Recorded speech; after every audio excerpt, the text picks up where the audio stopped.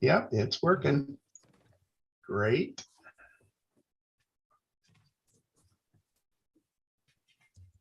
Hey, Rona, how's the weather back there?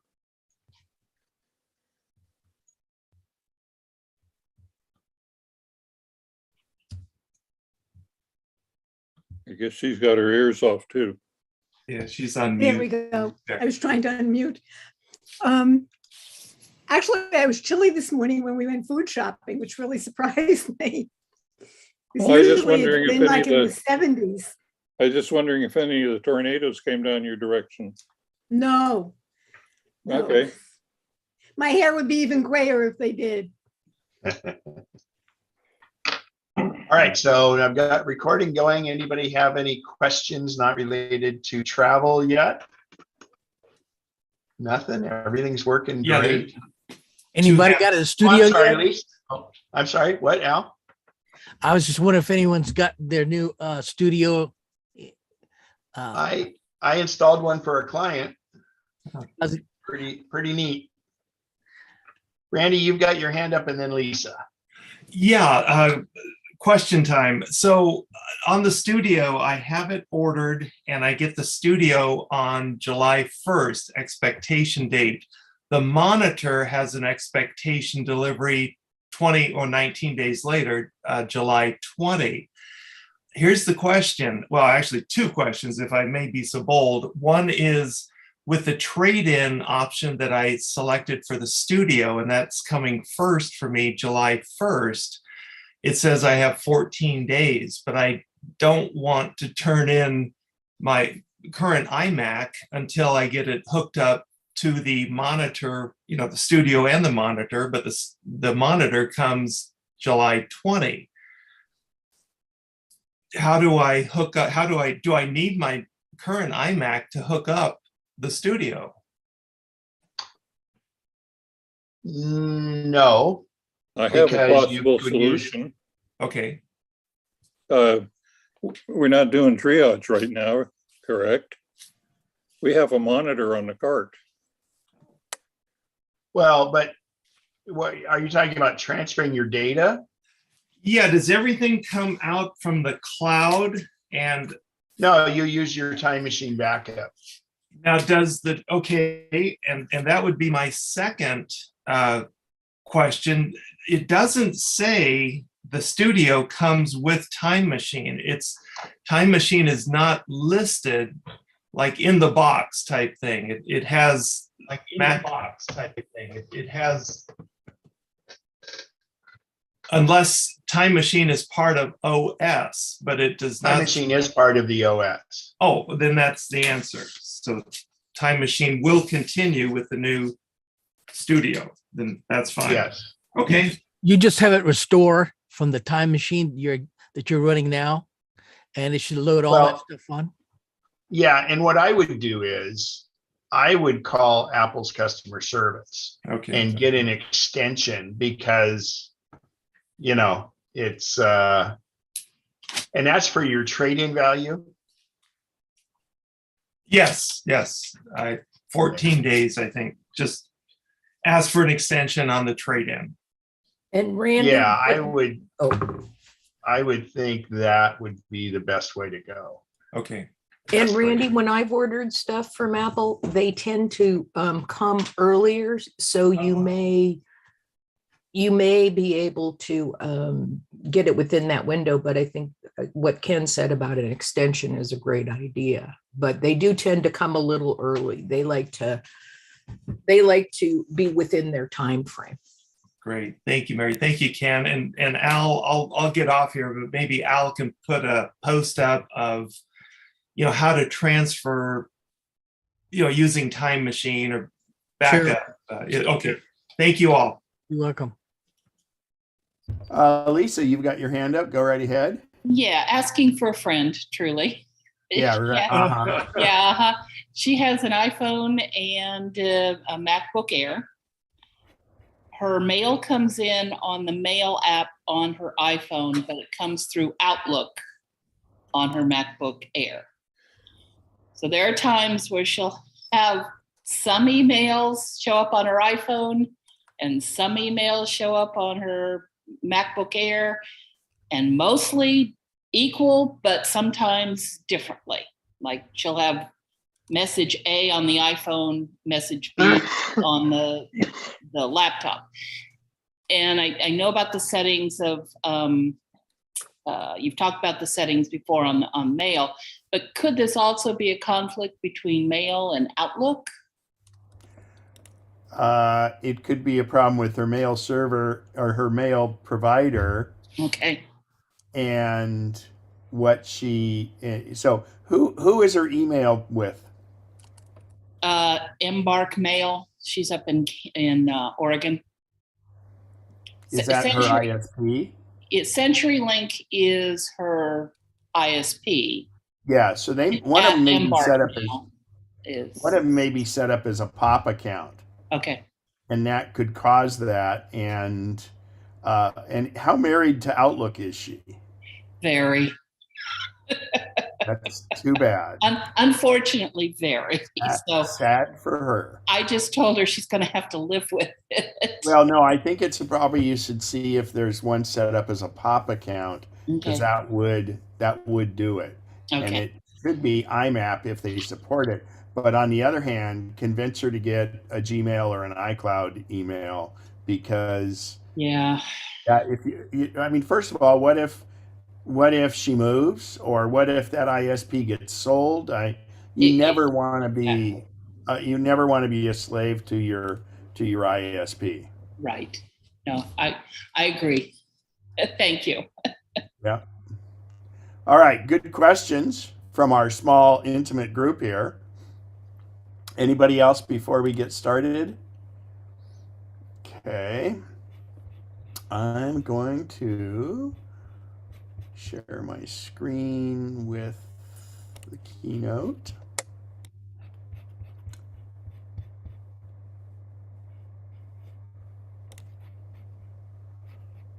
And I have started the recording, so that's okay. Let me move this bar over here. All right.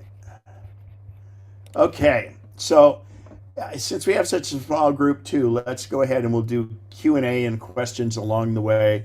Feel free to just open your microphone and do that if you'd like, or you can raise your hand by going to reactions and click raise hand, and Al and some of the others will go ahead and let me know if they see a hand raised, because it's on a different screen for me.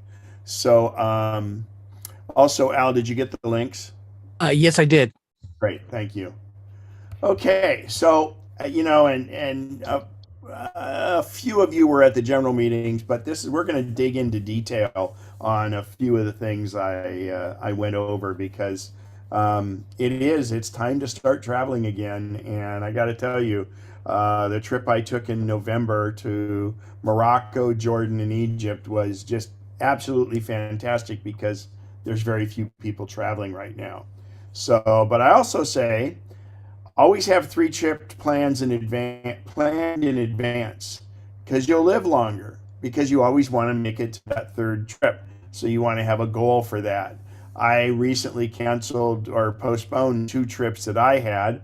I was going to do the Great Race here in June. We've decided not to go this year. I throw my hat in the ring as a navigator for another team if needed, but I'm not doing that. And I had Sri Lanka in September, but Sri Lanka is having some serious economic turmoil. So I don't think that it's necessarily a time to go there. So I may postpone that trip. I was really looking forward to it. So anyway, keep plan your trips out. It does give you incentive, and also a huge difference in airfares. For instance, actually my flight when I went on that North African trip, I found really good airfares 8 months in advance to Morocco round trip, and I got business class for not a whole lot more than it was just regular. So if you plan these out enough, you can get some pretty good flights, and I'll explain later how we can make sure you can get good pricing on flights. So, um, this is pretty poignant too. Traveling, it leaves you speechless and then turns you into a storyteller. Well, and these are stories that whether it be a storyteller with a story with pictures, or you're boring the family at Christmas, whatever it is, but it allows you to relive it. And I say that photography is my excuse to travel. And like I need an excuse. And then in the winter, skiing is my excuse to travel. So I was really lucky because as a kid, in fact, I was just in Yosemite last Monday. And I'll talk about that in a little bit. My parents, when they retired at 55, they would do one big trip, an international trip every year. And they would take the family every Thanksgiving week on a week-long trip, whether it be to Hawaii or on the Mexican Riviera cruise or something like that. And so, and for me, I find the planning of the trip uh, exciting because it's problem solving and doing things like that. Yeah, many times I'll just go with a tour group and let them do the hard work, but the rest of the time I really enjoy planning them. And of course, with the internet and all the tools we have now and all the technology, it really, really makes it easy to do. And you can explore all your different options. And you want to think outside the box. When I did a tour of Galapagos and the Ecuadorian Amazon, and it was fantastic. But I added on Machu Picchu on my own because that way I use the flight to go down there for one trip and then tag on another one with it. But as a kid, we used to go and we would camp in Yosemite for a week every summer. And I got to experience the old firefall. I was a Yosemite Junior Ranger and watching the bats at night around the campground and stuff. And when I look back at it now, and Yosemite is such a special place for me that, I just kind of like that was just what we did in summer vacation. And I didn't realize how really lucky I was to see that. And this was a shot I took. Actually, Al, you were on this. In fact, you might have even taken this shot, but Yeah. this was when we were there, 4 years ago, I believe, Yeah. Yeah. for watching the firefall, and it just was the valley was covered in snow, and it's always changing. So another saying I always have too is you can't go forward by looking over your shoulder. Uh, I do these travel things to Rotary groups and things like this, and I've also when I did one up here at Sun City and Lincoln Hills, somebody came up to me afterwards and they said, well, Ken, all the places you've been, what's your favorite? And I thought for a minute, and then I realized my reply is, well, I haven't been there yet. So I'm always looking for my favorite spot. And yes, I've been to Machu Picchu, which was number one on my bucket list. I went to Angkor Wat, which was number three on my bucket list. And I just recently went to Petra, which was number two on my list. And so now I've got other things on my bucket list, like Northern Lights and many, many other things. And it's constantly changing. So again, this was another shot there, and we're in Yosemite, and I just love that there was snow on the ground. It was just awesome. So how ready are we to go flying? Well, these people are pretty ready. They just need an airplane. Traveling has And changed. Roy has his hand up. I'm sorry? Roy has his Oh, hand yeah, go ahead. I just wanted to double up on what you said. We're going back to France, and I bought my tickets as soon as the airlines opened up the flights, and got dirt cheap, approximately dirt cheap flights on business section. And I looked the other day, and they're two and a half times the price currently. Yeah, So do it early when you first have an inkling, because it makes a big, big difference. And yeah, planning it yourself, it's a struggle at times with a foreign country, but it's so rewarding planning your trip. yeah, absolutely. And So be ready for sticker shock for travel this summer, though, because Yeah, I'll do it it's later. like there was so much pent up demand that there are a lot of people going to travel now. So you may not see great deals, but there are still some to be had. And actually, I listen to the Clark Howard podcast all the time, and he is actually Clark Howard, who is wonderful for financial and consumer stuff. He actually started his life in business. Uh, he had travel agencies, and he sold his travel agencies at a perfect time when they were starting to become, more and more internet and less needing of an agency. But he always says, don't go, don't determine where you're going to go and then shop. Go to where is on sale, because if you think about it, um, yeah, it's tough if you want a specific thing, but in the next few years, at some point, that might be on sale. So always look for the sale. I remember that, Machu Picchu was number one on my bucket list for the longest time, but actually, it's 7 years ago now. I saw on Travel Zoo an incredible deal for China, and that was back when I won't go to China today because of the current situation with the human rights and all that. I won't support countries like that. But at the time, it was not really known, and it wasn't bad to go to China 7 years ago. But anyway, I saw this Travel Zoo thing, and it was 19-day trip, 17 days in China, round trip airfare out of San Francisco, uh, virtually all meals, a bullet train ride, 2 flights within China, all these other things, and it was all inclusive, and it was $1,700, and Holy cow. I couldn't pass that up. I really wanted to go to Machu Picchu, but I'm going, oh my God, what a great deal on China. And I went, and I had a wonderful time, and it was very inclusive. We went all over China. We even did Macau, and even did Hong Kong. And so, and when I look back in retrospect, I'm really glad I did it then, because things have changed dramatically. So it was on sale, and it was a great deal. So anyway, now a thing that I've added into my repertoire in traveling is I take air tags with me, and the air tags are wonderful. Uh, Air tags are reduced. There's some on sale now, but pretty much they're $25. I'm sorry, $29 each, or a 4 pack for $100. And the air tag, the battery lasts for a year.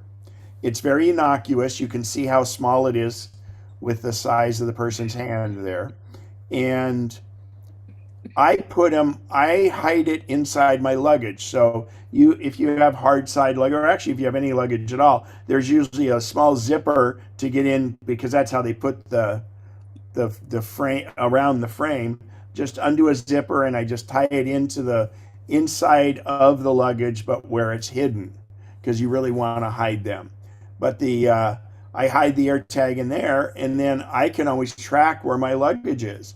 There was a guy recently who the airlines were giving him some grief and all this, and he was able to show where his bag was and how it got misdelivered to a certain spot. Also, I keep it like I have a backpack that I have my water bottle in, and my Beats headphones and things like that.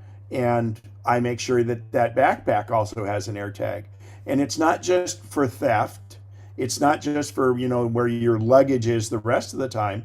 It's also, you get notified if you leave your hotel room, and it'll say, oh, you've left this behind. And when you get, 300 feet away from where it is. And that way you would go, okay, well, I meant to leave it behind, or, oh, shoot, I better go grab that. So the air tags are very beneficial in that regard, and they do a really, really good job. So I encourage you, and you can always take them out and put them in different things. And you don't have to get the app. So an air tag usually needs something to hold it, like wrap it or put it in your luggage or things like that.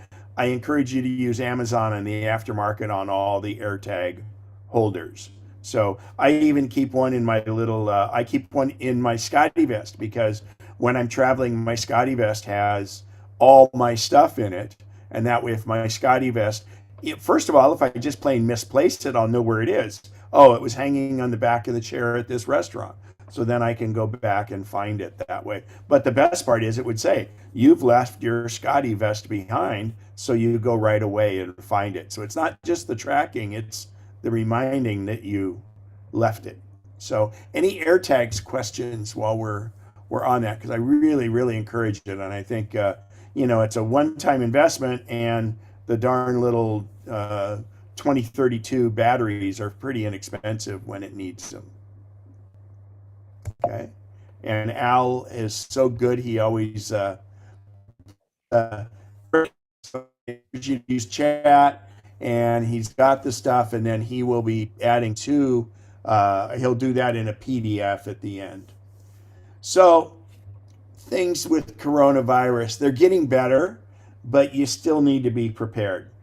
Domestic airlines don't require masks anymore, but it doesn't mean that international airlines won't require masks. And there's still many airports that require masks.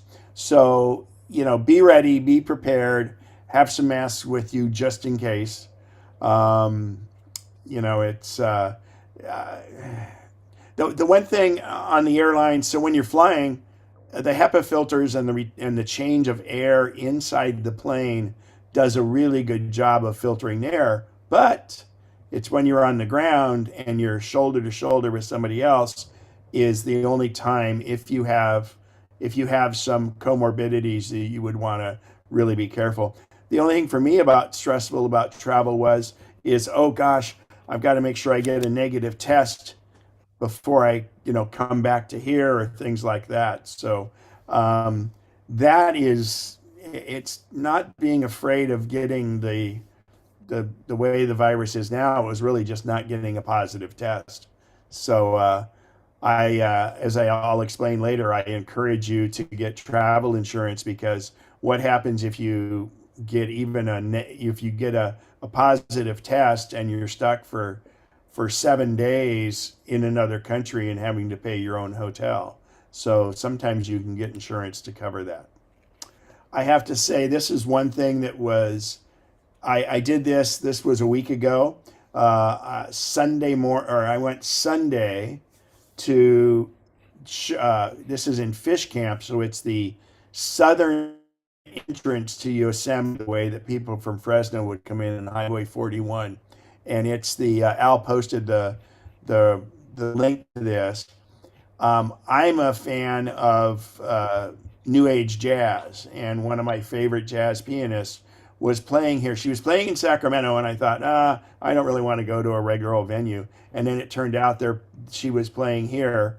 So you take this little steam train, and you go about a half hour, and it comes to this little amphitheater that's out in the middle of it's in the forest. It's surrounded by pine trees, and there were less than 100 people there. And she did a concert. Well, they're doing 10 of these. They call them the Jazz Train. They have other ones. They do a moonlight one where you get dinner included. It's really neat. Oh, and by the way, that concert was $125, including appetizers, the train ride, and the concert. So it was wonderful. And it was very intimate too, because she came and talked with everybody and did photos before the concert, and then afterwards, same thing. So it's really neat. But they do a melodrama. They have all different ones. So if you go to the website and you click on train rides up here at the top, is where you'll be able to see it. But it's really neat. I ended up staying at Tenaya Lodge, which is right nearby. It's a mile away. And then the next morning I did sunrise at Tunnel View, and I went through Yosemite, and it was good. It was a fun time to be in Yosemite because it's not very crowded right now, and the waterfalls were going full blast.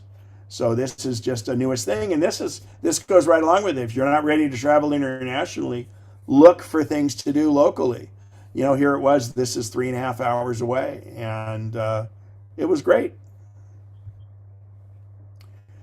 Speaking of driving locally, um, I everybody I've turned on to this absolutely loves it. It's the Gypsy Guide, and the Gypsy Guide is fantastic. It's many of the state parks in the West. They've got Hawaii very well covered, and also Canada.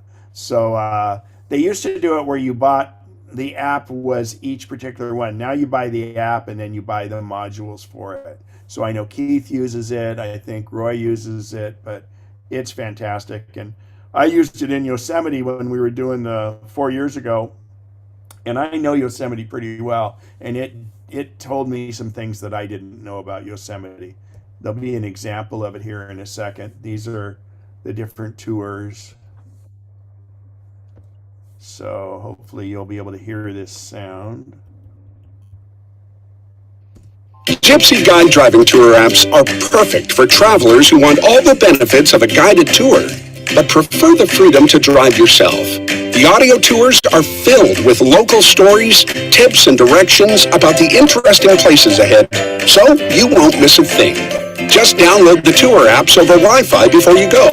While you drive, there's no need to have a cellular, data, or Wi-Fi connection. Easy and fun. It's just like having a tour guide in your car. And that's the guy that does the narration, and it's just wonderful. And as you saw on that map they showed, there were little red or yellow arrows. And so it uses the GPS in your phone to know exactly where you are. Again, you can download it ahead of time so you're not using your cellular. You can port it through the Bluetooth in your car. And even if you're on like a tour bus or something, you could have it in your ear and know what's up. And I can't say enough how it is. It knows what direction. It'll say, oh, there's a little turnout right up here, and if you pull in and you walk an eighth mile, then you'll see this wonderful view, and just things like that. And in spots where there's not scenic points for him to point out, he will talk about the history or the geology of the area. And I look at him as my companion when I go on these things. When we did, Ken Henry and I did Glacier National Park, and they have the Road to the Sun. What we did the first day is we used that to show us and tell us where certain things were, and then we decided to use that to come back when we were, the next day to see what we wanted to do for the next few days, actually. So Gypsy Guide, and it's an app for your phone, and again, it's wonderful. That's what it looks like. And then they do the in-app purchases. So another one I've recently I've actually been using this for over a year. I heard about this through a friend that I was a business associate with years ago, and his brother is the one. He's the co-founder of this. There's three of them. Bill Werlin is his name. He used to be the president of North Face, and Kevin Costner is one of the co-founders, and Kevin Costner does some of the narrations on this. But it's called Here Here. And where this is a little different, it's not a sightseeing thing as much as it's a historic thing. And it doesn't do just where you are on the road. It will talk about things nearby. And the map zooms out, as you can see in the picture on the left-hand side, where it says Buck Meadows and Fish Camp. Actually, ironically, Fish Camp, that's where the railroad was. So it's funny that it shows that right on there, but that's near Yosemite. But you can see the little dots that are scattered around, and those would give you the different stories about certain areas. If you go up to Auburn, it'll talk about the history of Auburn. If you go to the town of Folsom, it starts talking about the gold rush days and everything. So it is very comprehensive, and it's amazing. I believe they give you, if you get it for free, but then you can buy the subscription. And I hate subscriptions, but I really love my subscription on this. And I fire it up when I'm going across different places, and it really is great. It's pretty much Just US. I don't think they're into Canada or anywhere else yet, but it's very comprehensive in the US. And there's an example here. Oops. I thought there was an example here. Let's do this. Yeah, here it just gives you a. Ready? Yep.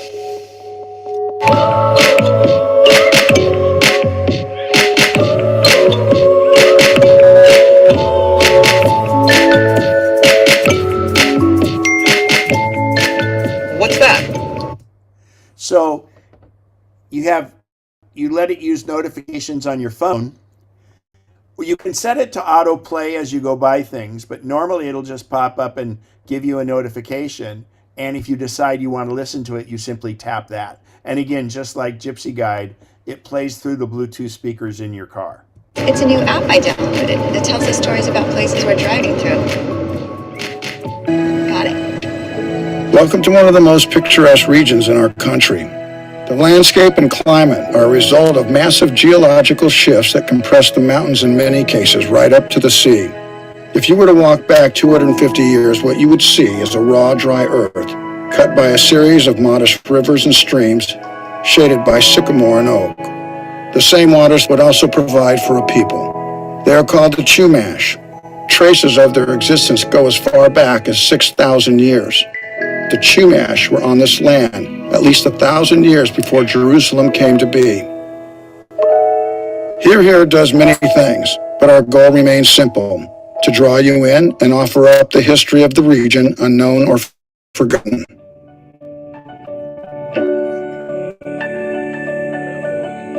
The Cold Spring Tavern is hidden in a secluded canyon just off San Marcos Pass on Highway 154 and is one of the most popular spots for locals in Santa Barbara. Should we do this? 100%. The original building was constructed in 1860. The tavern was a gambling joint during the Prohibition. Stagecoach thieves stole $50,000 in gold and buried it in a riverbed near the tavern. Nowadays, on weekends, the area just outside the bar is a favorite gathering place for families to enjoy live music, dancing, and cool beverages. No one arrives by horse anymore, but the party continues to rage at the Cold Spring Tavern. This place is going to be amazing. I know, I'm so excited.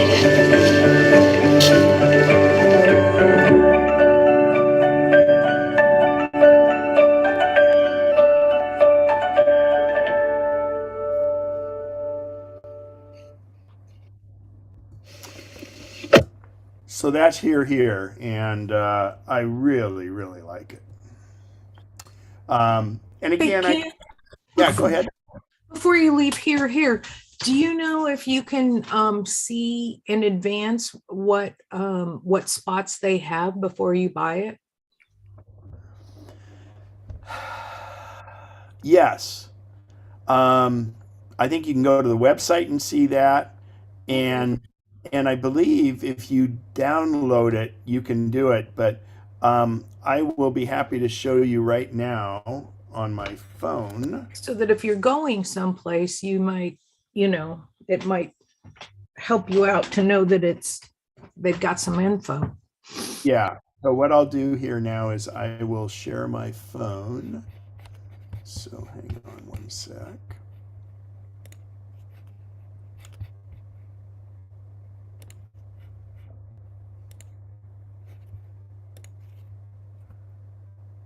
Okay.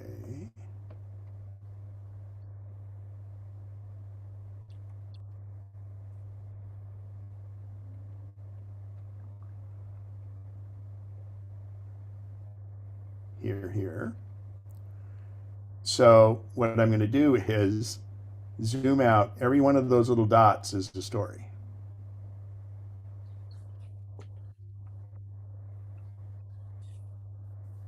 So it's pretty comprehensive, and it's expanding all the time. Look at how thick it is here in the H's and everything.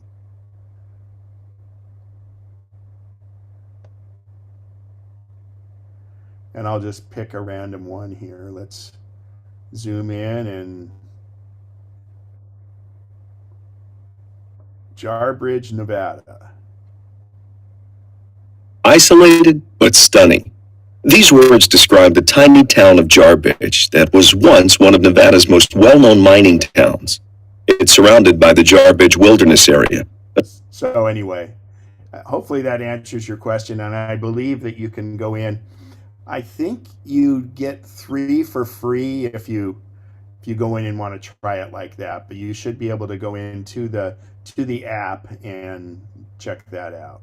So, Thanks, Ken. That yeah. looks like a really comprehensive one. And Oh yeah. and anyway, yeah, great. Thanks. While we're at it, I'm going to show Gypsy Guide here real quick. So these are the ones that I own. And the other one's a subscription. This is not a subscription. And you can start and stop your subscription all you want on the others. So let's see. Let's say my tours. There's my Yosemite. And I can say browse. And so all these little arrows, you notice the red arrows are going one direction and the yellow arrows are going another direction. And then on this one, the green means, because it's kind of you're gonna go up and back, that's going to hetch hetchy. So you would use it one direction, and that's why it's green. But if you go around and look at all this, and then you've got Tioga Pass coming over the other way, and then here's the valley.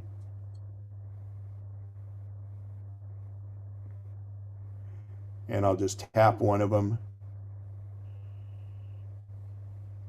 Just ahead is a stop sign, and we have choices to make. If we want to visit Halftone Village or park and go and enjoy the hike to Vernal Falls or even Nevada Falls, then we should turn right. There are also some dining and general store services this way, as well as major campgrounds. To continue on the loop towards Yosemite Village. So, and it's about scenery and things like that too. I mean, that's the main thing. Let's just see if, yeah, so here's Sentinel Beach. It'll tell you. If this is our first time ever driving around Yosemite Valley's Loop Drive, I'm sure you're getting the idea about just how awe-inspiring a place this is. The first white people recorded to have seen the valley was a battalion on a mission to capture. And then sights and things. It's really amazing. So that's Gypsy Guide. All right. Any other questions on those two while I have them up on the phone? If not, I'll switch back to my keynote. Great. Okay.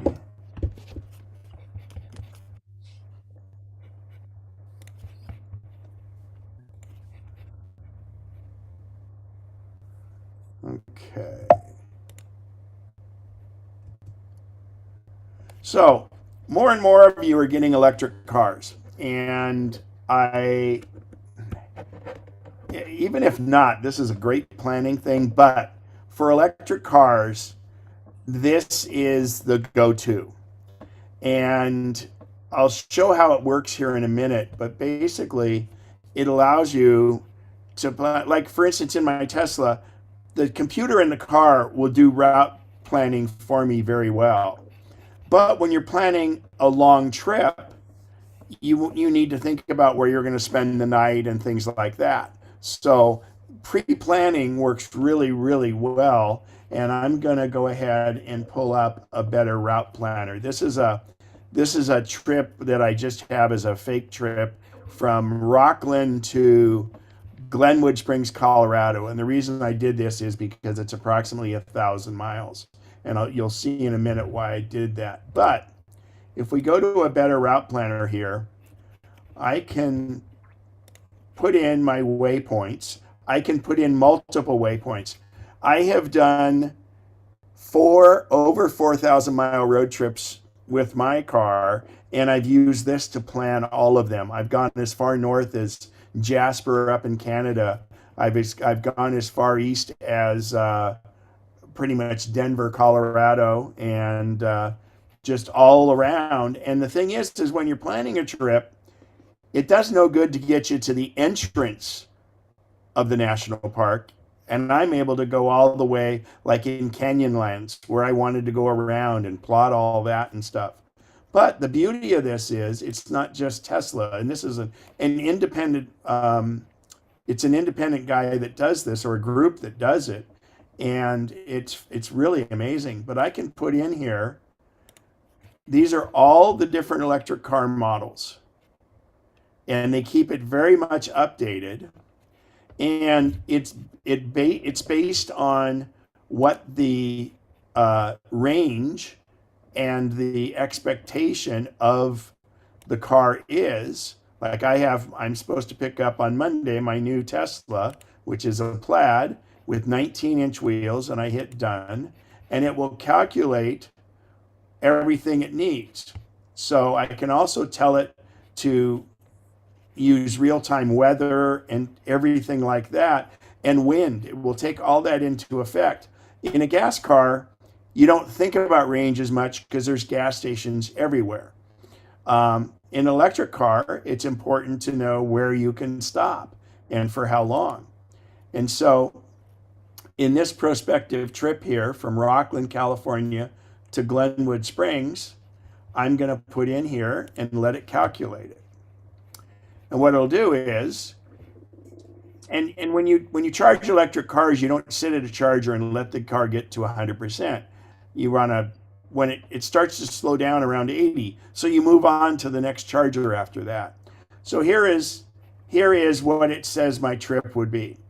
Well, the beauty of this program, so here I could actually even go back this way if I wanted, just like in Google Maps. But it shows me how long I would need to charge at each of these rest stops. The nice thing is, down here in the lower right corner, there's a little table that comes up. And that shows me exactly what my specs are going to and from, and how long it's going to take, and what the charge will be like.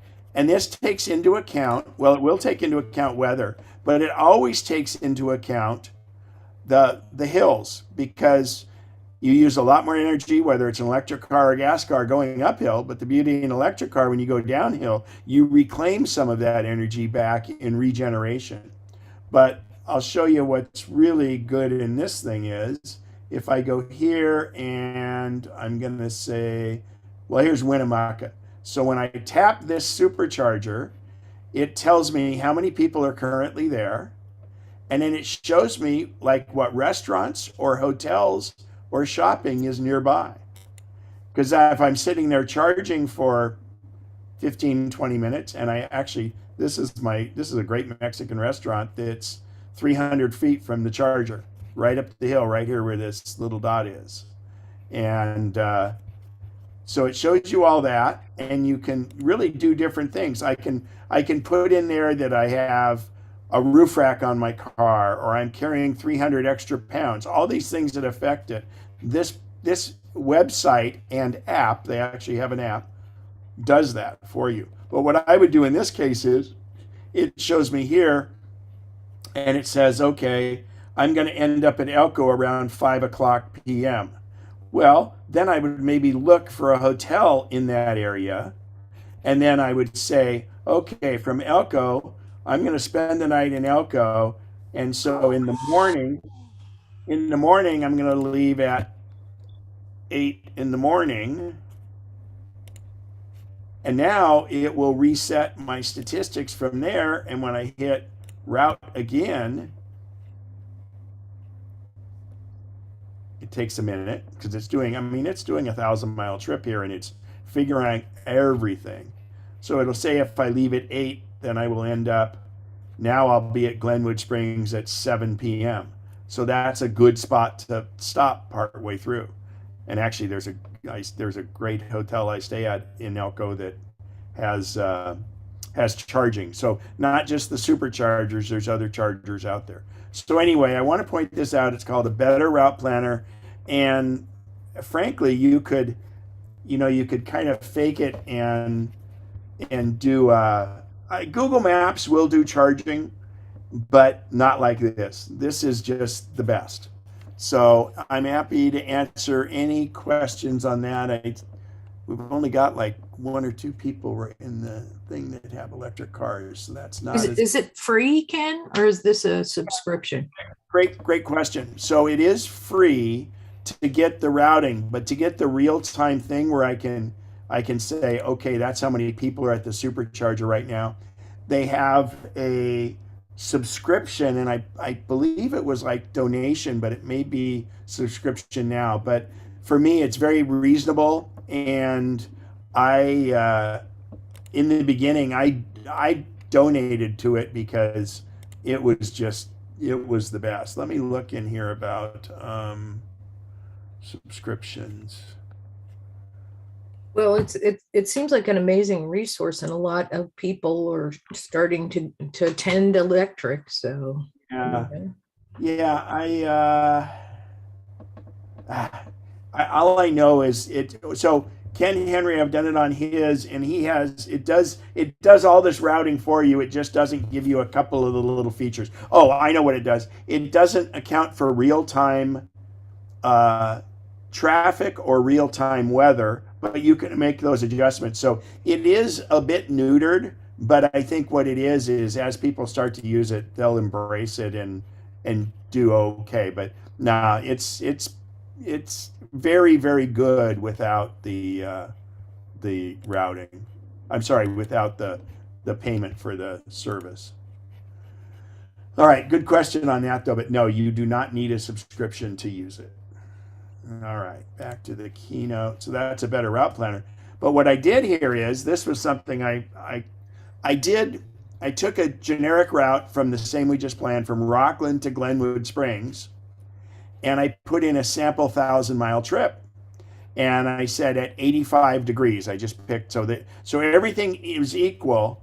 And this is how you can compare that same trip between all the different electric cars, or excuse me, not all of them, but I took a good sampling of the most popular electric cars, and it really is kind of telling. And then I just added this at the bottom the other day. I took the U.S. average; it's 26 miles per gallon is a car, and uh, uh, the average car's range is 275 miles, which is 28 or 20 275 miles. So I said, well, if you're going to, so it did stop. So if you figure it out with a range of and all of these are assuming you're leaving with either a full charge or a full tank of gas. So the gas car would be leaving with a full tank of gas. The gas car would have to make 4 stops. And realistically, every time you get gas is about 15 minutes by the time you get off the freeway and or for instance, if you're waiting in line at Costco, whatever. So I figured 15 minutes. The gas at $4 a gallon would cost you $112, and it's 28 gallons of gas is what you would use in those. It's really not 1,000 miles; it's 1,000 less 275. So it's what 725 miles. So and then the average selling price of a car in the U.S. is $49,000. So I kind of rated all of these on there, and it was kind of interesting. So the Model 3 wins with only 2 hours of charge time, 6 stops. Now you could have cut this down to 4 stops or 3 stops, but the idea is that you just stop every couple hours because you've got to stop and use the restroom anyway. And the big thing here is the cost difference. So Tesla is really inexpensive to charge. All the rest of the cars are close to or sometimes over what it would cost you in gas, because they're using what's called Electrify America, which is a private charging network. So then you have like the Lucid, which has super long range. It's a very expensive car. It's 170 grand. It had almost the lowest charging time.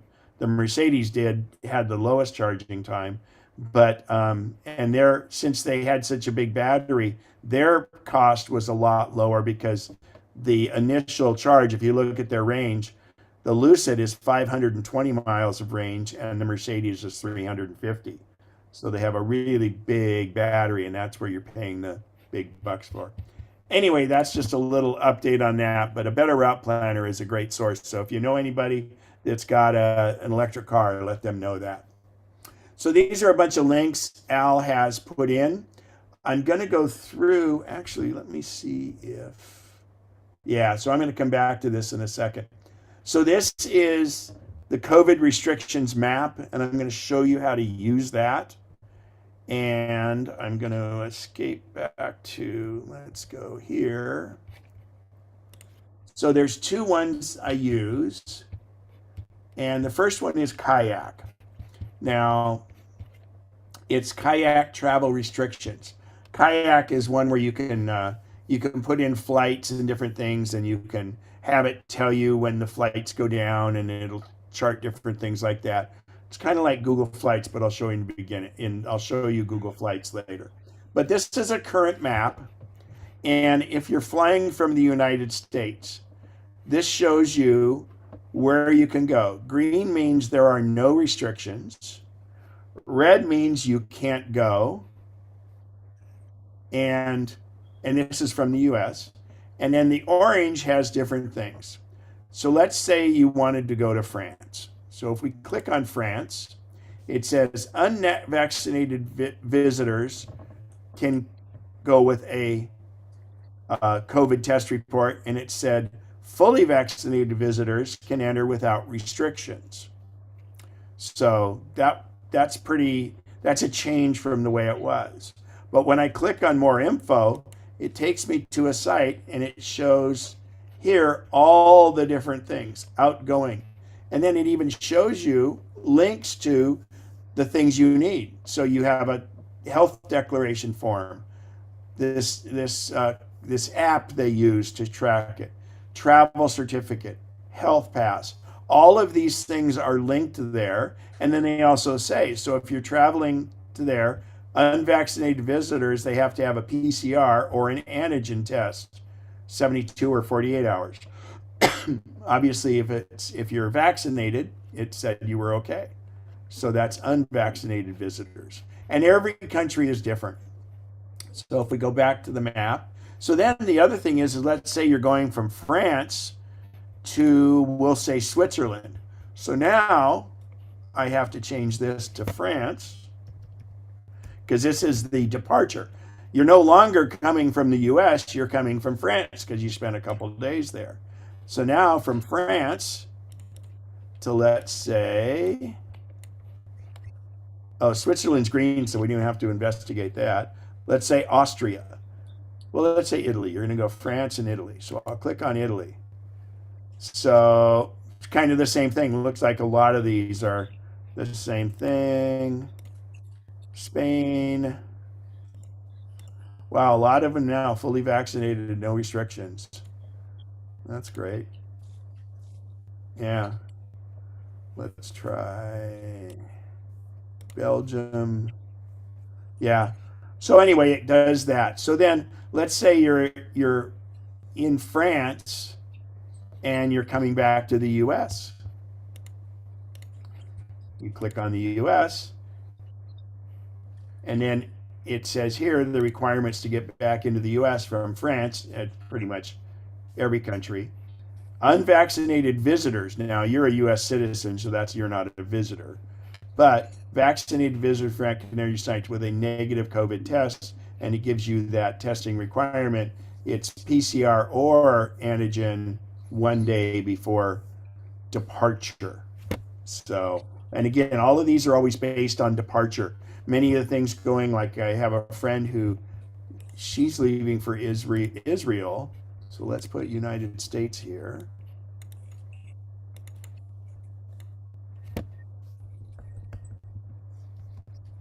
Again, this is the departure. And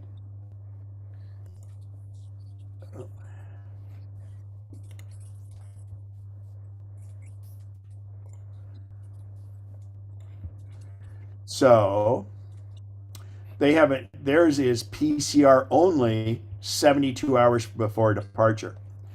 And then there's some other things. So you can't do the antigen test. You can't do the quick test. You have to do PCR. And then what's interesting here is, and I had this when I went to Jordan, the entry statement form. It's an online form, but you can only submit it within 48 hours of your flight. So you put your flight information in and stuff, and if they see when your flight is, oh no, you have to do it. You can't do it before 48 hours. It's within 48. So all of these things work well with that. I have another one that I use that's also very good, and it's called Sherpa. And Sherpa does other kinds of things, visa requirements and stuff. So we'll just do the same one where it was United States to France. And don't be too concerned with the dates. That's not a big deal. So if you click here, it shows you all the different stuff. And again, it links you to the forms and documents. And I found that Sherpa did a little bit, while I love the map with Kayak, the Sherpa gave me a little bit better idea of what forms and things that you need. And it links right to the different government websites and things like that. So it takes a little bit more pre-planning. If you are traveling and you're with a group, if it's a tour group, generally speaking, they will arrange for your COVID tests for you to come back. They'll have a doctor come to your hotel or things like that. And be careful when you're traveling. Not so much that COVID's going to create a problem. It's just you don't want to have a negative test. What I did is with mine, I took the home test COVID one so I could always check it if I wanted to. I didn't end up doing it, but they also make a home one that is the antigen test that is approved. And for me to come back to the US, I was in Milan. This was after I was skiing in Italy. I'm sitting at the airport hotel in Milan, and I had bought this kit beforehand that has a proctored COVID test. So what happens with that is you don't open the box, and you go online, and you're on Wi-Fi, and it's a video call on the phone, and it's a special app. And then the person comes on, and they say, okay, show me that you're opening the box. And then you open the box, you break the seal. They watch you put the Q-tip in your nose. A little tip on that is, if you don't like it going way up your nose, you can kind of fake like you're wincing, like it's up far enough, and then spin it around, and then you put it back in the thing, and then you put it in this card, and it has to sit for 15 minutes. Well, you leave your phone propped up so they can see there's no tampering done with the kit, and the person comes back after 15 minutes, and then they look, and you can see the little lines across it, and then they email you a COVID certificate that is so that you were negative, and it allows you to do it. It got me back in the States just fine. Those kits are around $30 each, but the one place I found them, you have to buy a 6-pack. So anyway, Sherpa also, I'm going to look at this. This is interesting. They do have a map also. I didn't notice that until just now. Sherpa has a map very similar to the other one, and it just pops up over things like that. So you could set the different ones. So both of those websites I really, really like.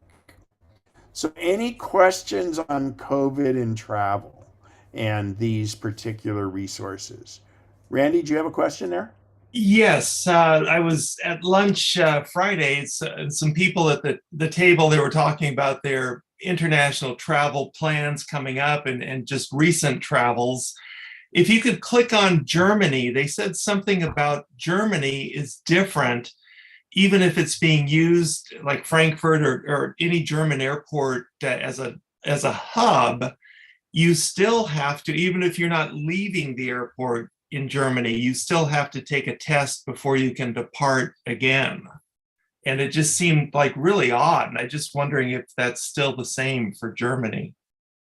Well, so yeah, and it's a good point, and I didn't mention it. So if you're going generally, and every country could be a little different. Generally speaking, if you're transiting through a country and you do not leave security, you are usually not required to to do you don't have to do anything as far as going through. Now, when I went to on my way to Casablanca, which was my jumping off point for my trip last November, I transited through England, and in fact, in England, because of security, they make you claim your luggage.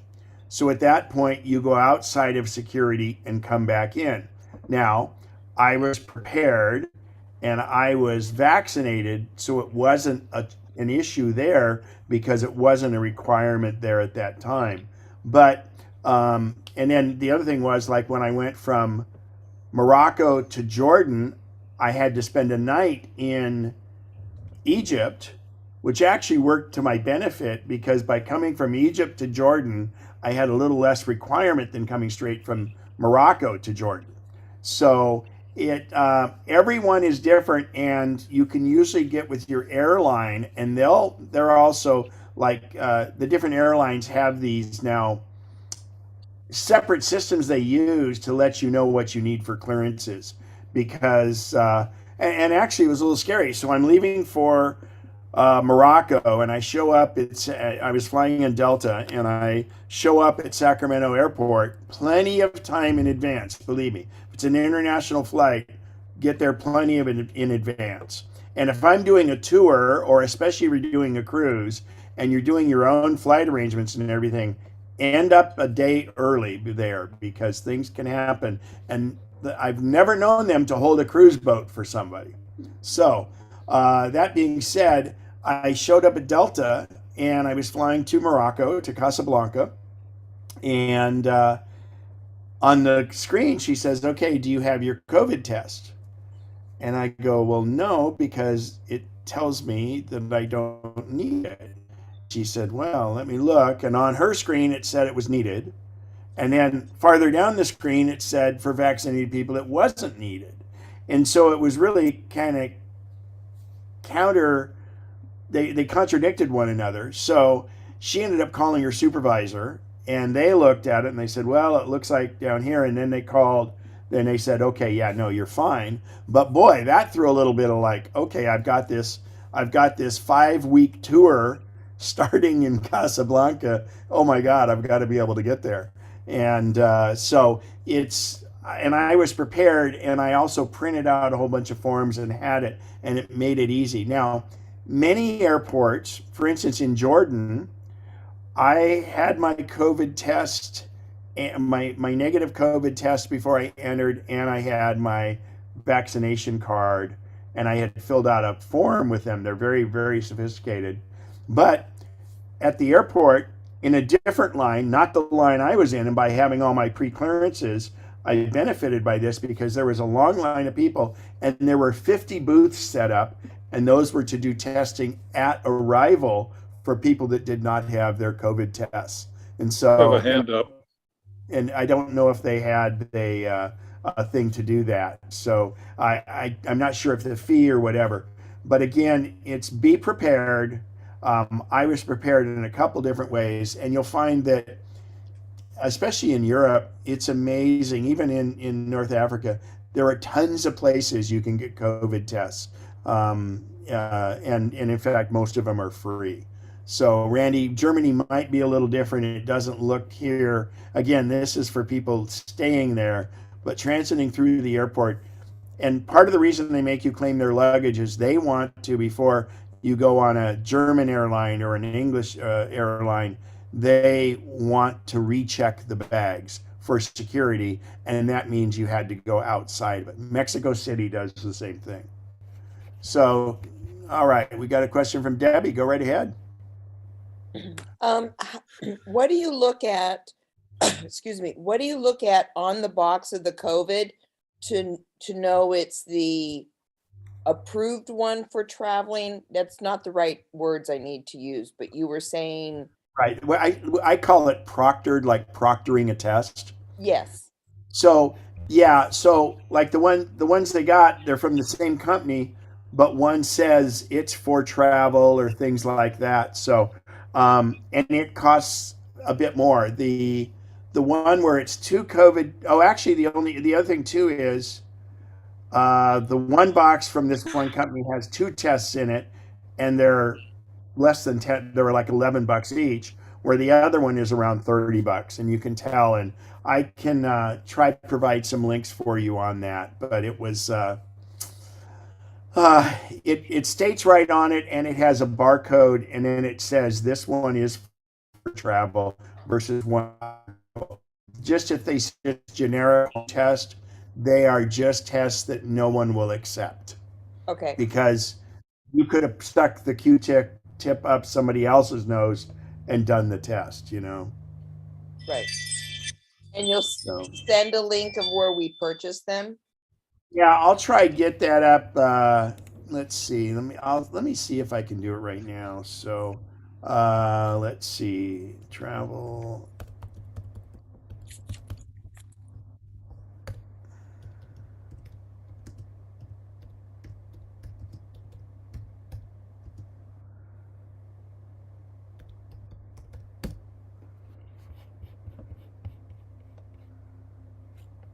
Well, by the way, there's local here is COVID clinic, and I found one local too that I went to, which was funny. Before I took off um, for Switzerland, they they charge you more if you're taking it for travel, but they give you reports anyway. So I didn't pay for it, but let's see here. Online. Observed travel test, 15-minute session. That's not the one. Oh, here it was, EMAD.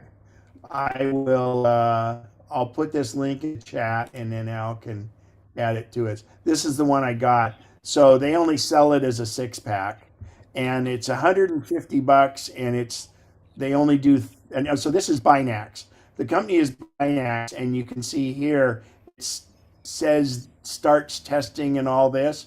Binax, which is Abbott, you can get at Walgreens and all of those, and those are the home test ones that are not the same thing. So, and not until you're instructed, do this. If anybody's traveling soon, let me know. I probably have some unexpired ones I will sell you for what I paid for them, which is $30 each. So, because it was $150 plus the $30, they only do FedEx shipping, and that's $30. But this is it here. I'll put the link in the chat. Thank you. Yeah.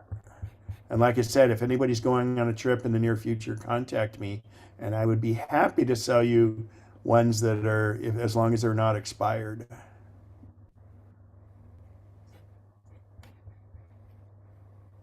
Hey, Al, so it Ken, doesn't confuse everybody. I'll just send that right to you. Yeah, hey, go ahead. Ken, Yeah. um, I have a question about if you're in another country and all of a sudden they start closing it down, there's another surge and you're already there, then you're kind of at the mercy of the current regulations. And with that, I'm going to Canada, to Nova Scotia this fall, and we're going to be doing a driving tour. So any thoughts on that?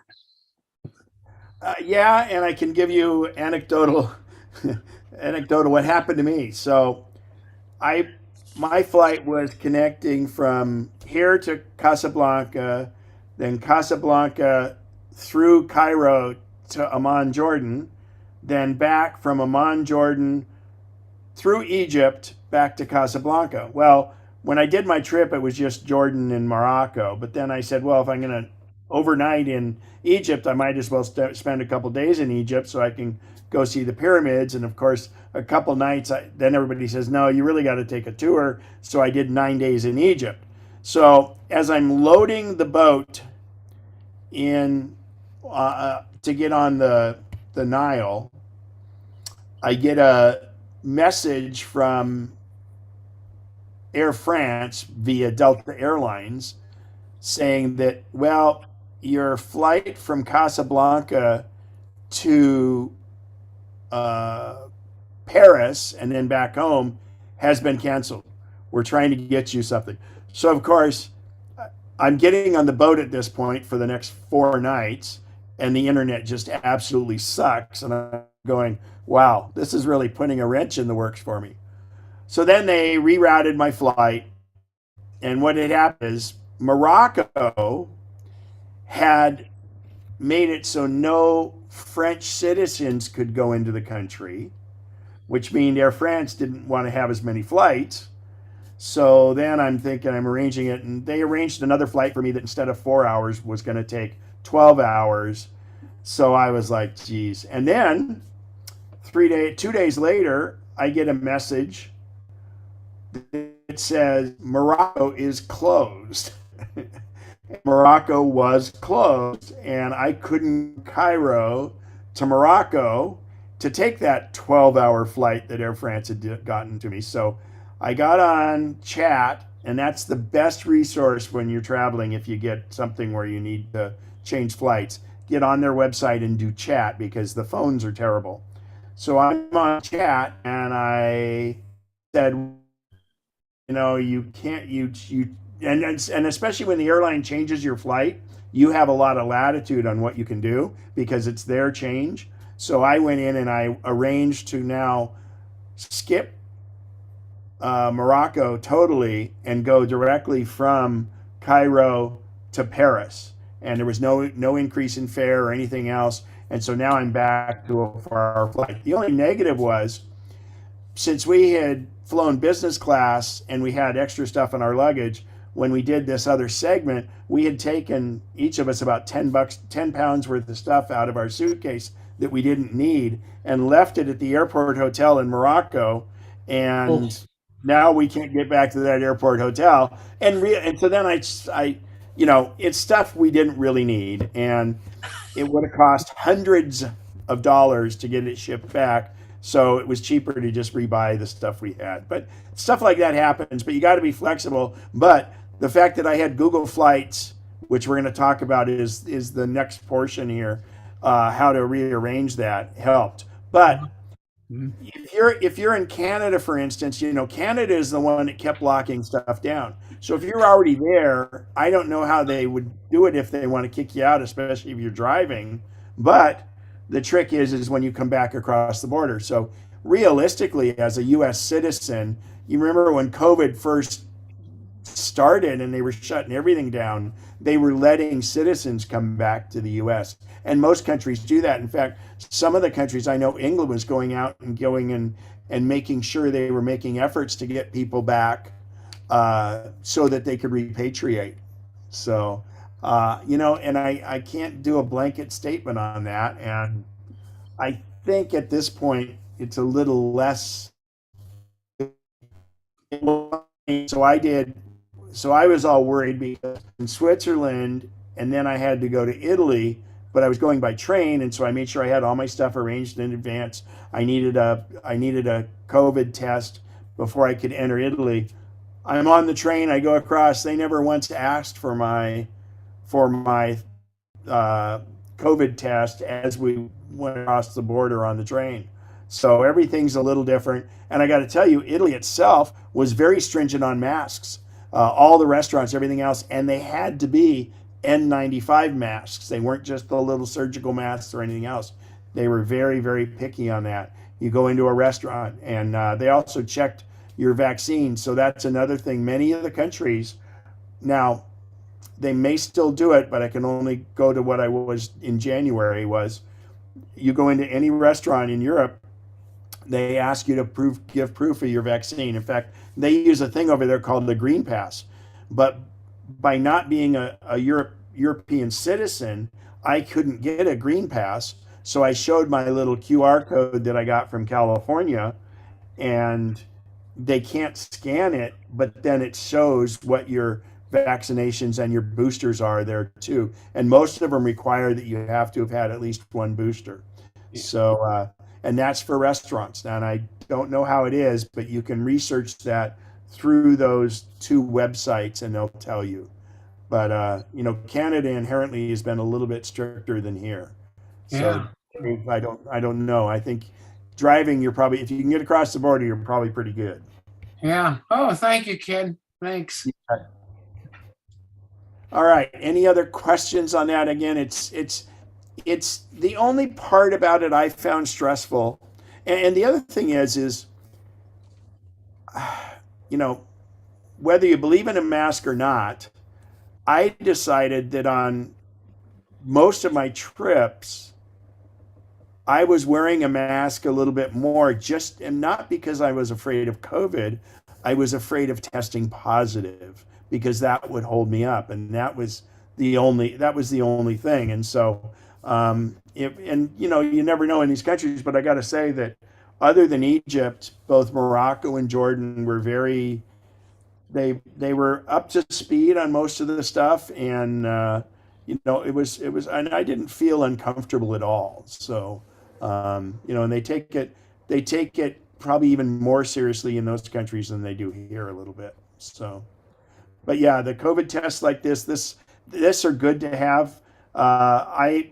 So when they sent the doctors to the hotel to have us tested, I I paid as little as $48 and as high as 100, and that just depending on what country it was and things like that. But if you're with a tour company, they usually arrange that stuff.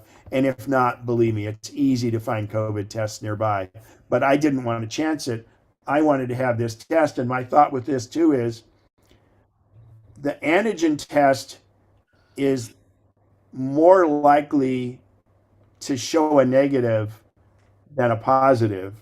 And so I thought that way I have it under my control, because, you know, you might get stuck. And that's the other thing is I specifically got, even though my credit card covers me very well for travel insurance, I specifically got an additional, a better policy than I usually have for the whole year, because it would cover me if I was stuck in a country and had to pay my hotel bill for 7 days and your change of flight or whatever. So anyway, it's not to be, it just, all I can say is have all your paperwork done, be really prepared, and just enjoy the heck out of it and realize it's a pretty good time to travel. All righty. So, Ken, yeah, go ahead. you just mentioned insurance, and were you planning on talking about that at all? I'm going to come up. I have links on that. So, Oh, okay.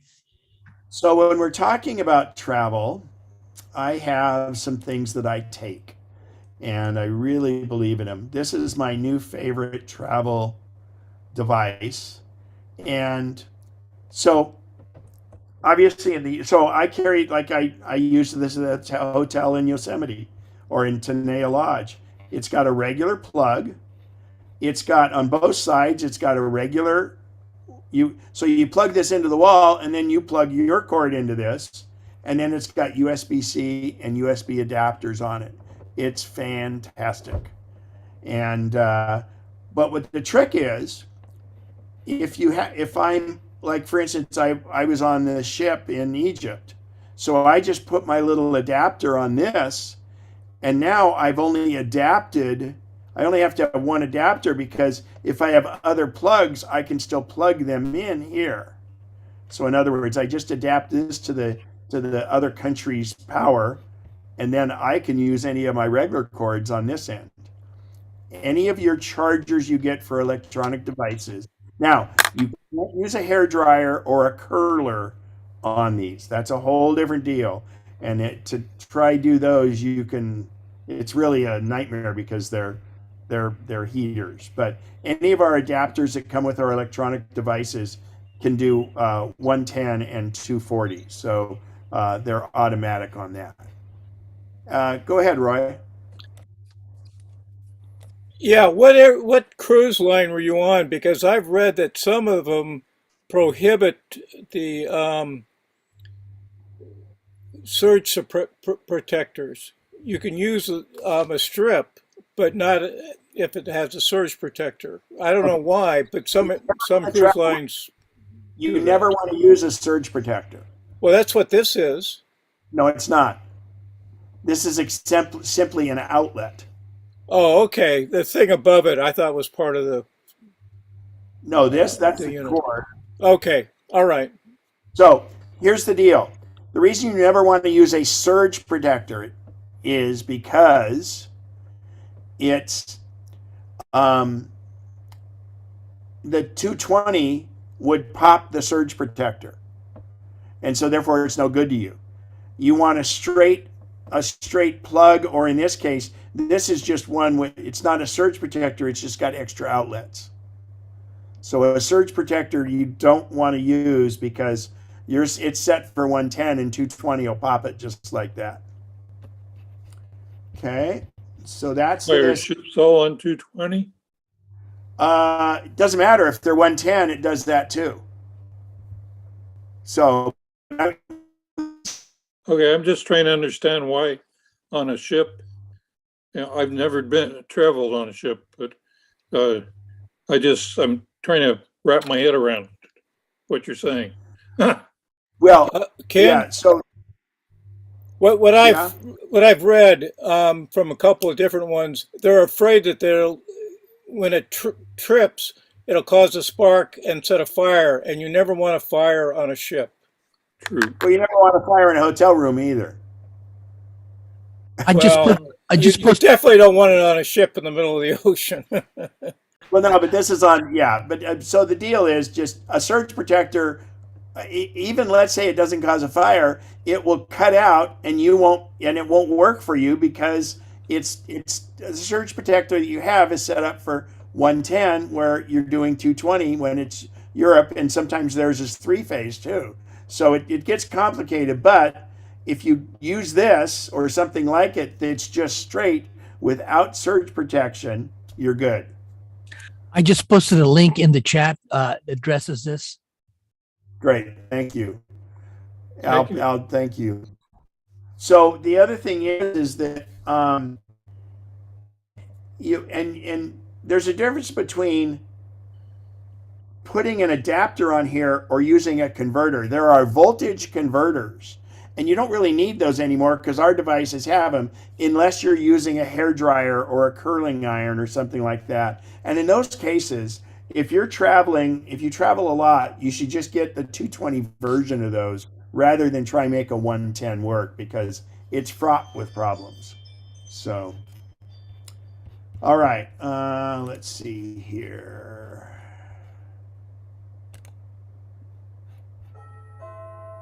Oh,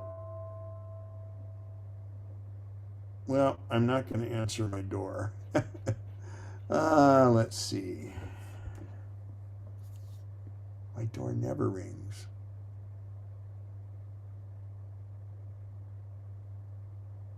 Probably just the Amazon truck. Can you leave it at the door? I'm on a Zoom meeting. Can you leave it at the door? I'm on a Zoom meeting. Thank you.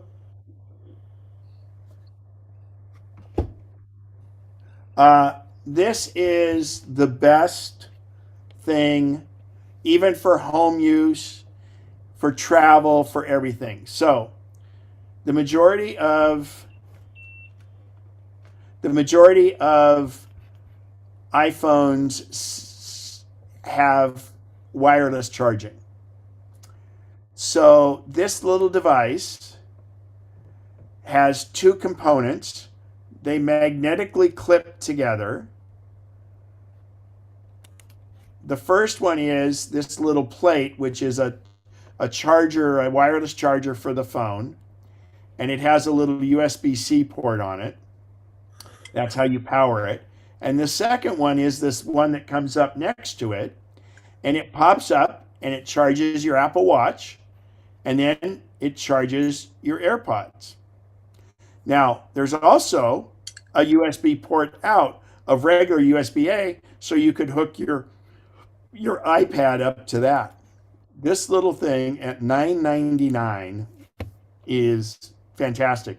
It even comes with a charger and the USB-C cable to run it. And it's fantastic. And so the Apple Watch part folds down, and the thing is a little bit thicker than an iPhone. Absolutely the best ever. I keep it with me. It works fantastic. Ken, I bought one of those Yeah. and the watch portion stopped working after 2 months or so. So just be cautious Well, about now, that. have you tried it lately?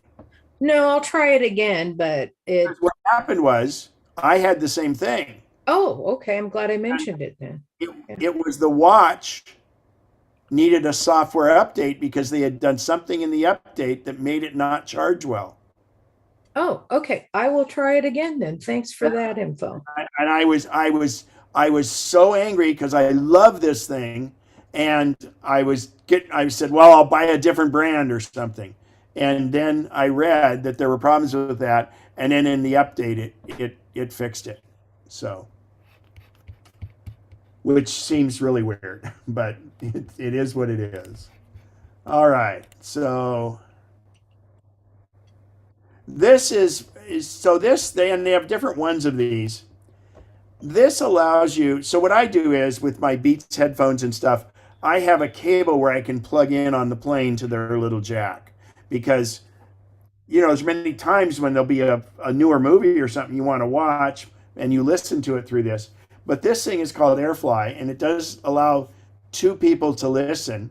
You plug it into the headphone jack and of the airplane, and it simply creates Bluetooth that then goes and puts it to your devices. So it's fantastic. Debbie, go ahead. Just a question on the prior charger that you were showing us. Yeah. Just a personal question to the gang. Does everybody or most everybody not have a case around your phone? Because if you have a case around the phone, you have to keep taking the phone out of the case. No, not if you so which phone do you have? The XR. The 10R. Yeah. Well, you don't have wireless charging in that anyway, do you? I don't know. I can't remember if the 10 had wireless charging, but the newer phones will. I have no problem with my case charging on this. Okay. Which phone do So you have? I have the 13 Pro Max, but the 12 would be the same. And I would imagine your phone, is your battery starting to get bad? No, it's trucking along fine. Okay. Well, in this case, this may not be the best one for you. Right. Because I've tried a few. One that has wireless charging, unless it's a super bulky case, it Right. works fine through the case. Can I chime in here?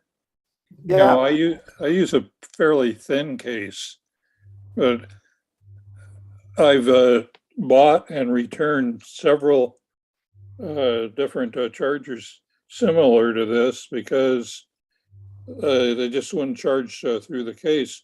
Whereas the Apple one, which I have in a little housing, has no problem charging through the case. So it's kind of what you buy. You gotta try it out, and some of them just don't work well with the case on.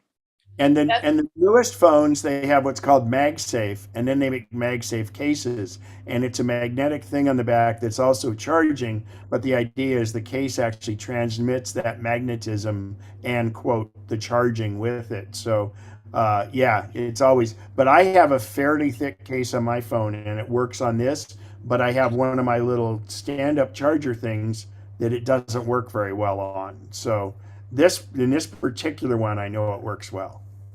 Debbie, I have an XR and it does do the cordless charging. Okay. And it does it through the. That was probably the first one. Yeah, and it's a thin case again. And Where did you get the thin case? Because I know it's the thickness of the case that's the issue. well, I don't know. I just got a clear one. I can't remember where I got it. It could have been at Best Buy, probably. I would recommend Amazon, and you can try different ones, Yeah. or go to Best Buy and try it with the case there. But I think that I personally always get Spigen, Spigen, and then they have a assortment of them. But now again, so the newer phones are better. The 10R. So you have the 10R is what you have, or the 10S? 10R. Okay. So the 10R is the original of the SE, and it's yeah, I'm not sure on that. Okay, thank you. So yeah, good point. Yeah, Ken, I have that it does charge on No, those. no, I'm just talking about how persnickety it is for Oh, yeah, it can be a little, you have to get it just right on the pad. You have to Yeah. be careful that you make sure the light comes on so that you know it's charging, Debbie. And if worse comes to worse, this has a spot for a cable, so you can always do it. But if you're not going to charge on the wireless side of it, it's not necessarily advantageous to you. It's not. It's not. It's just, you know. And that's the other thing why I always have this, because then I have extra USB ports. Good idea, because I have the Beats Flex. So I can, Yeah. So back to this AirFly. So it just creates a Bluetooth with one simple pairing, and you can have like you and whoever you're traveling with could be watching the same thing on the TV, or you could even plug this into an iPad that has a headphone jack on it too. So although the iPad can do Bluetooth to the devices. Okay, let's see here. Oops, wrong.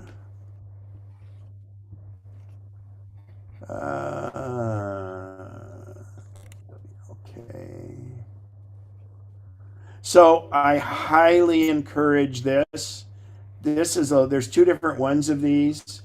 This little pad goes under your case and sticks out, and it allows you to hang your phone from it. This one comes with a neck lanyard, but I'm going to show you the other one. In fact, Al, it'll be the Black Rapid Wanderer.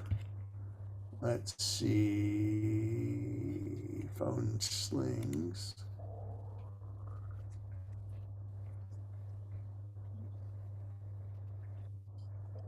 Yeah, this is the other one, the Wanderer, or Black Rapid Wanderer. I have this. In fact, I always have a backup of these. When I'm skiing, I just hook my phone to this, slip my phone in my jacket pocket. When I pull it out on a chairlift, I don't worry about dropping it. And so that little device it's just wonderful, and they're very reasonable. Black Rapid Wander Bundle, and then this is one where it comes with a lanyard. When I travel, I always have a neck strap around my neck, and I just hook it to that. So anyway, both of those. And let's go back to Keynote. Oh, that was the second one. I forgot that I had already linked it. So the absolute best tripod mount for a camera is this. It's pricey, but it adjusts. You'll always have it for different cameras.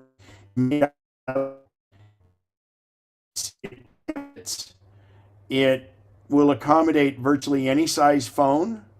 And the best part is at the very bottom, you'll notice there's a little leg that kicks out. Well, that allows it to stand alone, and it supports the phone. So this is its own little tripod, but it also attaches to the top of a tripod. This works well if you're doing a group shot. You could set your phone up and then you use your Apple Watch to take a picture of the group. And this is absolutely just the best. And it's actually designed, the Arca mount at the bottom fits many of the tripods, so you don't even have to screw it in, but it does have the quarter 20 screw on it, so it would go into different ones, but it rotates like crazy. Oh, and yeah, you get this little, for doing podcasts and stuff, a holder for a microphone, but I don't use that. I just use it as a holder for the phone. It is just absolutely the best. Rotates all the way around, you portrait, landscape, everything you want, and it's very, very solid. All right, let's see. And the last thing, oops, no, I didn't let me do that.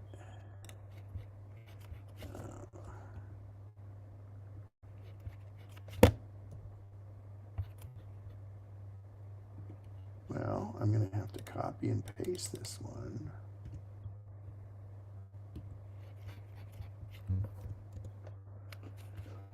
This is, so first of all, when you travel, you should, if you're going to have to wear a belt, get one that's all plastic so you don't have to worry about it with getting through TSA.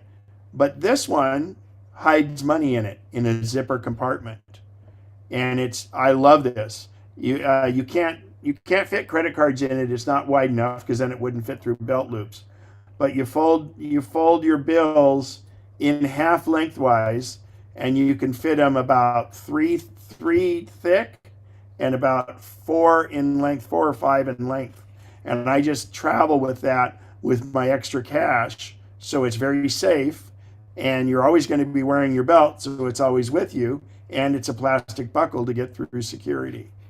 So they have, and then when you click down here, they have different sizes depending on your waist size. And the zipper doesn't set the metal detectors off?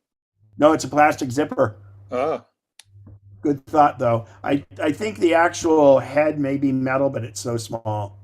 I've never had it set it off. So, and then I always encourage you, if not, just get a regular plastic belt and use that. And I always say bring extra straps. So let's see here.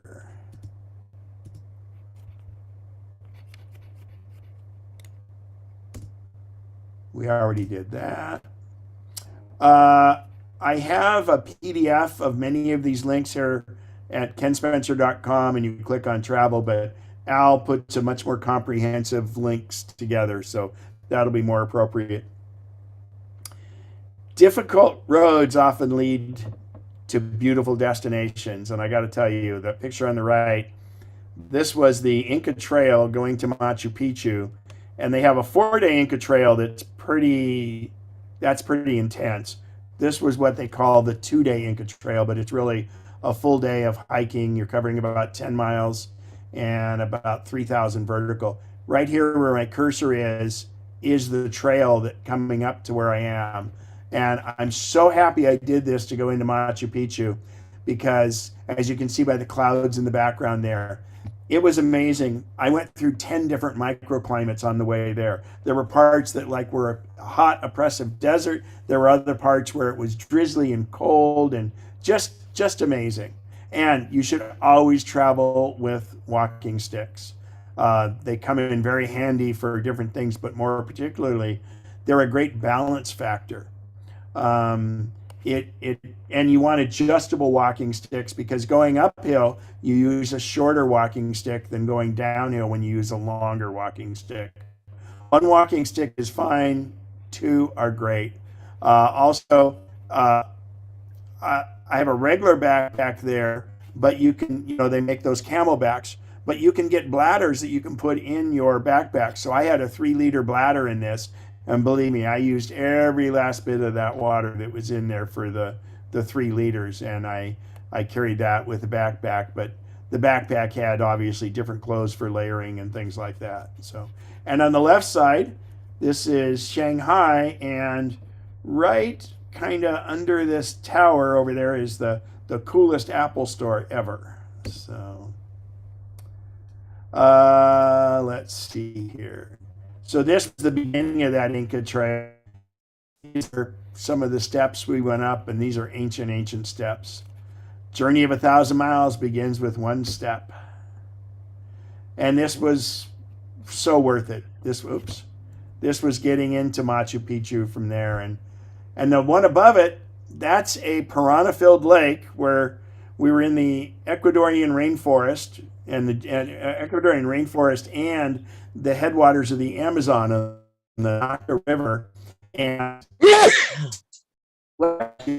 I was so prepared for bugs. I had my clothes treated with this treatment. I had a mesh for my face. I had all these bug sprays, natural and not natural if I needed it.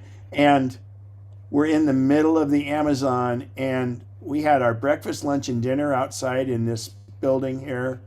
I got one bug bite the entire week I was there, and there were no bugs at all. And the interesting thing is, because this lake and water nearby, so much of the trees and the leaves and the branches are in the water, the tannins in those create a different pH balance that the mosquitoes don't like, so there's no mosquitoes. But there were lots of piranha. We even went piranha fishing. So when you travel, don't be afraid. Don't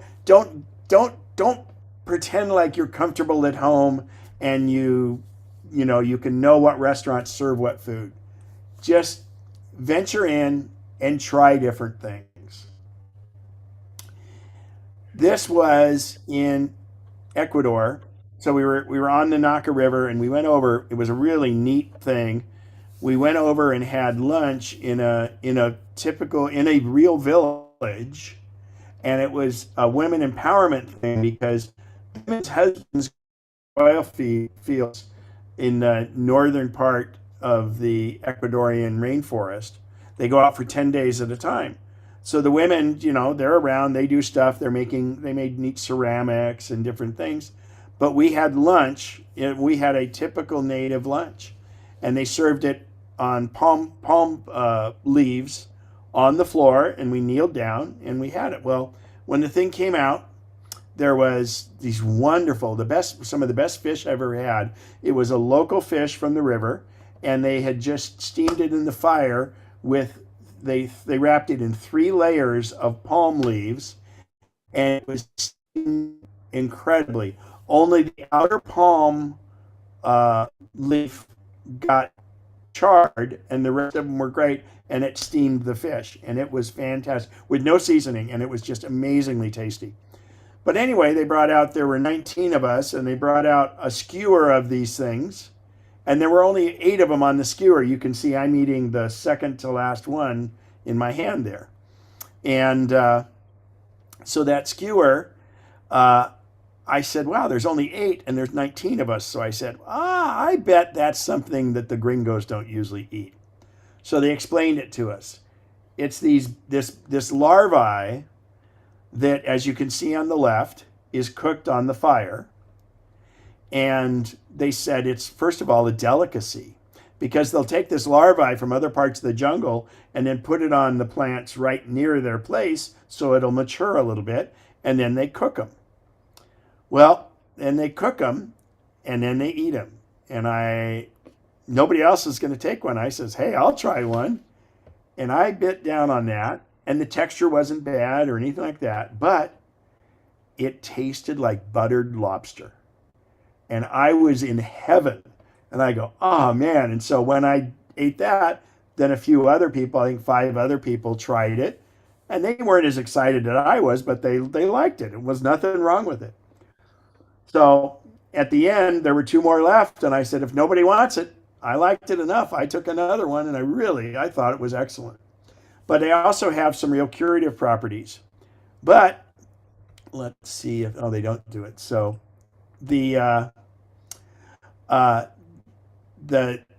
it's another specialty to eat these live. And so the guide says, do you want a live one? And I said, does it taste as good as the other one? He says, no, it doesn't. So I passed on the live one. I think I'd done my duty. But yeah, sure enough, he ate it. And they actually, it's if children have asthma or adults and they eat the live one, it takes the symptoms of asthma away. So there's lots of things like that. I mean, there's just amazing things. We did one walk where we were in the jungle, and it was all about jungle medicine and stuff. And the fact what they talked about on the different things that they can do was very, very interesting. And then you can see these red marks on my face. So while we're sitting there having lunch, I looked out and I saw this looked like a kind of a seed pod with all these spikes on it. And it actually, believe it or not, looks like they show what the coronavirus looks like. But out there in a tree. And I said, well, what's that? And the guide went out and got one and brought it in and cut it in half. And inside, it was very red and it almost looked like pomegranate seeds. So he says, what we do with this is we take a palm end, like a little brush of palm, and they use that for the red paint on their faces, not for war, but just for ceremony and stuff. And he says, do you want some? So he put it on me like that. And when he's done, he says, yeah, so that looks good. Well, it lasts for 30 days. And he was just joking. It obviously just lasts, it washes off and stuff. But they just, things like that. Just be very aware of your surroundings and don't be afraid to try things. And these were called contacuros. And I'll tell you, I'd eat those again in a heartbeat. So now we're going to talk about planning the trip. And sometimes I get as much enjoyment out of planning the trip as I do taking the trip. So I'm going to dig down in and show you Google Flights, because Google Flights is just the bomb. So Google Flights, it's google.com/flights. And I encourage you to be signed in to your Google account. And if you don't have a Google account, if you're going to be doing travel planning, just get a Google account, even if you use it for nothing else. And I'll tell you why in a second here. But Google Flights is, years ago, if you ever remember going to a travel agent,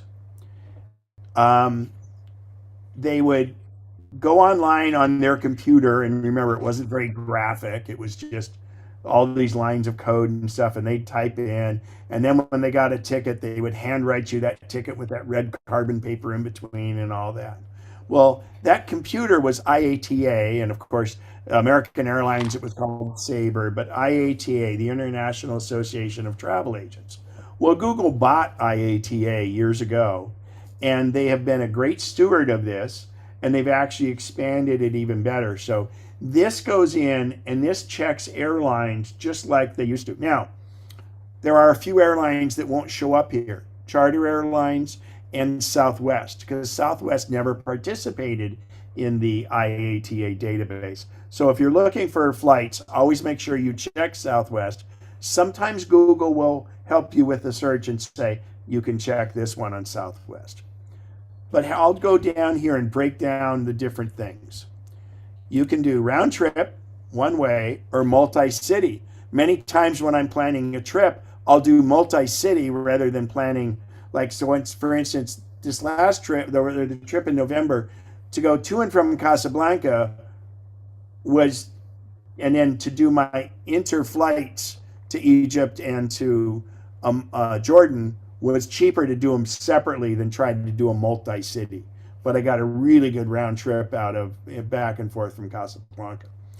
The other thing is, if you're booking a round trip ticket, once you've figured out what you want, and we'll try one actually. Let's do let's do Sacramento to, let's try Memphis, Tennessee. So as I type in Memphis, it tells me, do I want city? Like if I do San Francisco, it oh, it didn't here. Okay, if I do Oakland, it's not doing it. It'll usually show you other airports nearby. So, or in the case of, let's do Tokyo, you'll see it shows you both Haneda and Narita, or the transit station. So it shows you, or if I put Tokyo, it will search both of these, if that makes sense.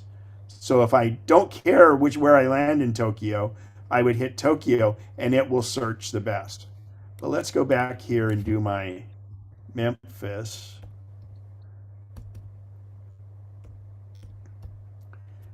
Tennessee. So we're just going to leave these dates here, but you can change these dates how you want. I'll show you in a second. So we're doing round trip for one person on economy. Now, if I click on the calendar, watch what happens. If my travel is flexible, I'd say, wow, why do I want to go on a Monday? If I go here, I'd save $300. So, okay, let's do that. And then it'll say, oh, now when I come back here, oh, well, that's interesting. It got more expensive. If I go back here, oh, I'm sorry. It was, yeah, hang on. Oh, here we go.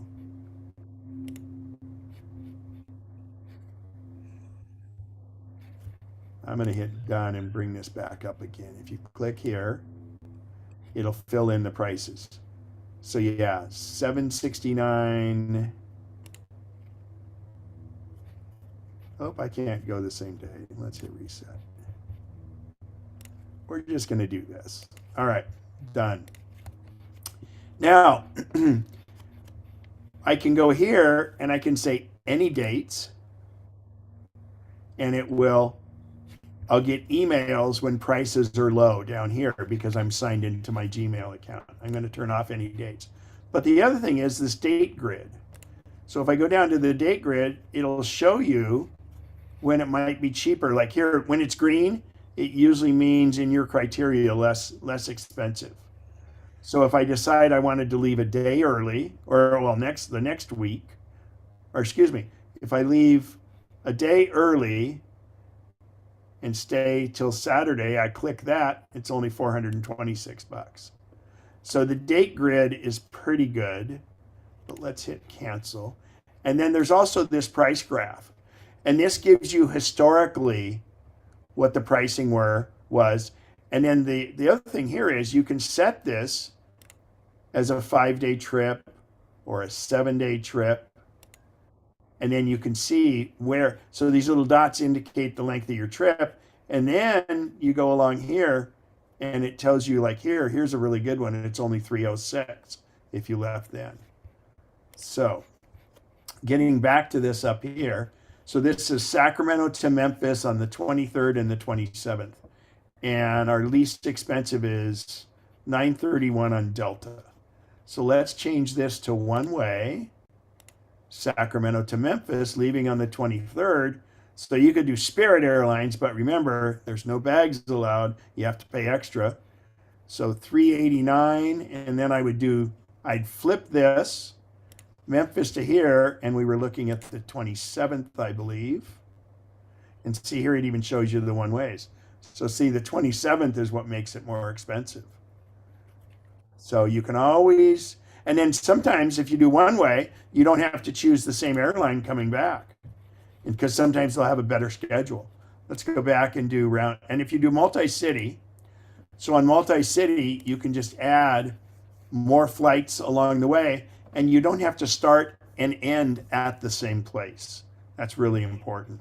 And then you go over here and you change your dates. Now on a multi-city one, you won't get the pricing until you do it, because it can't be figuring all that. So that's and then also you have premium economy and business. And I'll tell you, business, you can see, well, here it's pretty expensive to get to Memphis, but actually let's go back and do our round trip to Sacramento, Memphis. And so business is 1,700, and that's the other thing is be careful, premium economy. So premium economy and business are almost the same. Go economy, 931, and remember you may get some bag fees on these too, because when you go regular economy, it's that. Now, it comes up with your best flights, and that is a combination of pricing and how long it takes to get there.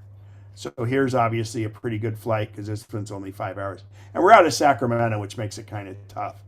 But you can see here's a 19-hour flight. It's a lot less money, but it's 20 hours actually. So when you're looking at flights, you can determine how many stops you want to take, what airlines. Let's say you have a credit, or like for instance with me, when I was trying to go from Cairo back to Sacramento and I had a credit on Delta, I just did Delta. So I would go here and just say only Delta, and then it it filters it to only show me Delta flights. So again, if you hit the X, that'll get rid of that, and it's all airlines. And if you're wanting to use your frequent flyer stuff, the three alliances are there, and you would just choose, say, the Sky Team, and that only shows those planes that are on that, or One World. And you can select multiple. You can say, I want to be able to try American and Alaska and Delta, for instance. It will only search within those. So I go back and select all airlines. So your ability to search is really good here, whether it includes bags or not. You can do that. Now, I always recommend you check with the airlines on this stuff too, but Google does a pretty good job, and we're going to do another flight here in a second. You can search by price if you want. The other thing is you could say, what time do I want to depart, or what time do I want to arrive? Emissions, that's up to you if they're doing low emissions.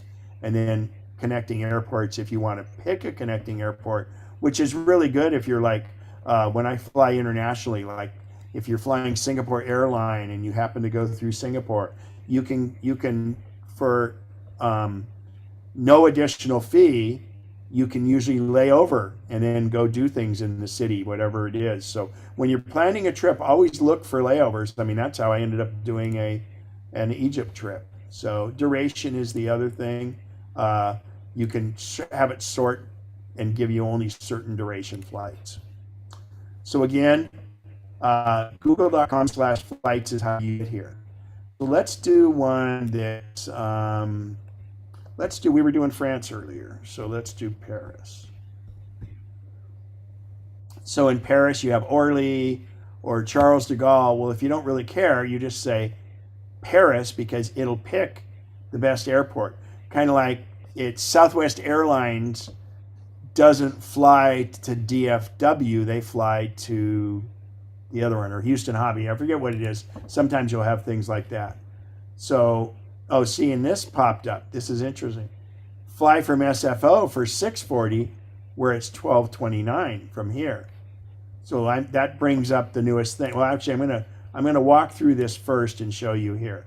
So if I go down here and I see that this one it says it's a 19-hour flight.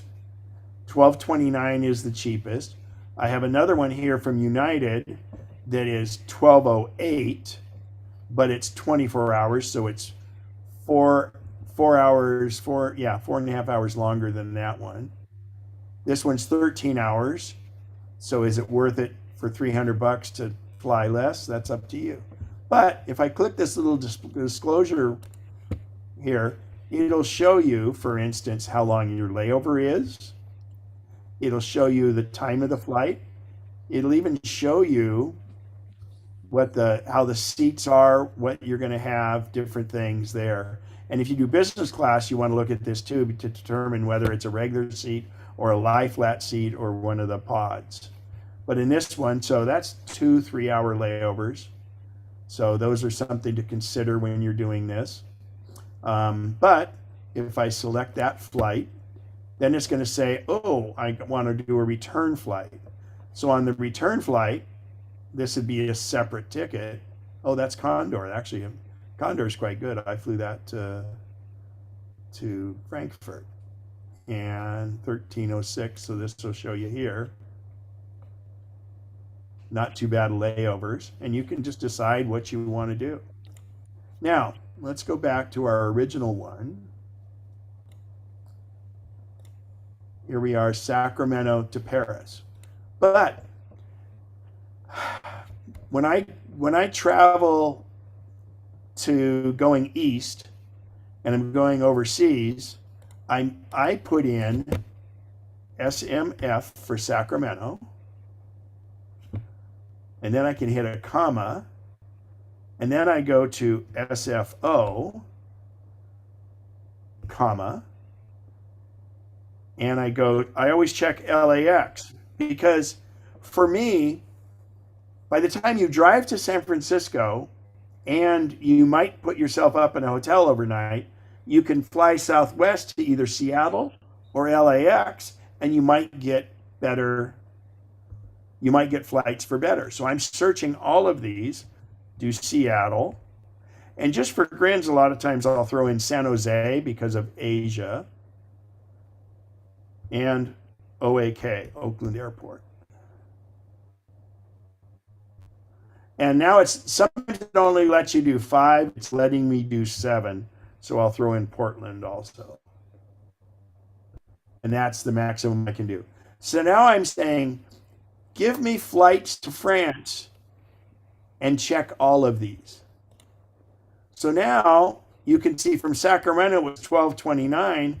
If I go from Seattle, it's 640 round trip. So I can fly to Seattle for about 100 and something each way, probably on Alaska or whatever. And I've got a more direct one-stop flight. So then here, this is from San Francisco. So if you did want to drive to San Francisco, and this is on a different airline here. So you've got more choices, and you can decide to do whatever you want here as far as which location. And if I decide, well, yeah, okay, I'm not going to hassle with going to Seattle. If you click Seattle out, it will give you the results without Seattle. And so now you've got this one here. And see, this is actually not going to Charles de Gaulle. It's going to Orly Airport in France, or in Paris, yeah, since I didn't choose. And that's the other thing, is don't choose unless you have to. This is both airports. Charles de Gaulle is the one that most of them fly to, but sometimes if you're coming from Europe, you could fly maybe through England. And let's look at, oh, this one's even nonstop. That's amazing. From San Francisco to Orly. That's actually a pretty darn good deal. And then for grins, we can see how much it would be for business class. Yeah, $2,500 more. So probably not. So that's Google Flights. Now what you can do too is you can track prices. And when I click on that, you'll get an email update. So like, for instance, right now I have it tracking for flights to Colombo in Sri Lanka, even though I'm probably going to postpone that trip. I've got it searching for it, and it'll let me know. But you can track prices, and as long as you're signed in, it will email you if the prices go up or go down. And you don't get a ton of emails, but it is really nice. And you want to put in your dates and things like that. So if we go back to google.com, that flights, you'll notice here, New York to Colombo, when I first started looking at it, it was $31.92. It's now $1,000 more. And this was a round trip to Colombo. This would have been going there, and it's actually dropped. And this is a multi-city flight. If I hover over this, oh no, I used those airports to go from LA to Colombo. So New York to Colombo went up 1,000, and this went down $360, and that was going out of LA or there. So these are ones that I have for tracked. So if I click on that, it brings it up, and this was San Francisco on Philippine Air, and this was business class, by the way. So anyway, the other thing with Google Travel, so it's kind of got this neat thing here where you can say trips from Sacramento, it'll explore for you. If you click here and say explore destinations, it pops up and shows you from Sacramento, oh, here's on sale. Let's see what it does for Europe. For right now, I can get to Barcelona for 616. So it's really, really neat. 1 week trip in the next 6 months is what that is searching for. So it's really, really neat if you let it do the explore thing. So we'll go back here to this. Now, you'll notice up here in the left corner, and this is the reason I say do your searches and have a Gmail address, because so I get my email, any hotel reservations I make or anything like that, I have go through my Gmail. So this is coming up. This is the Great Race. And what happens is the Great Race, we would be staying in Erie, near Erie this one night. And since I got an email with my hotel confirmation, it automatically put it in my itinerary. Here is, I have a reservation in Monterey for Car Week, staying at Asilomar. And since that came via email, it shows up here.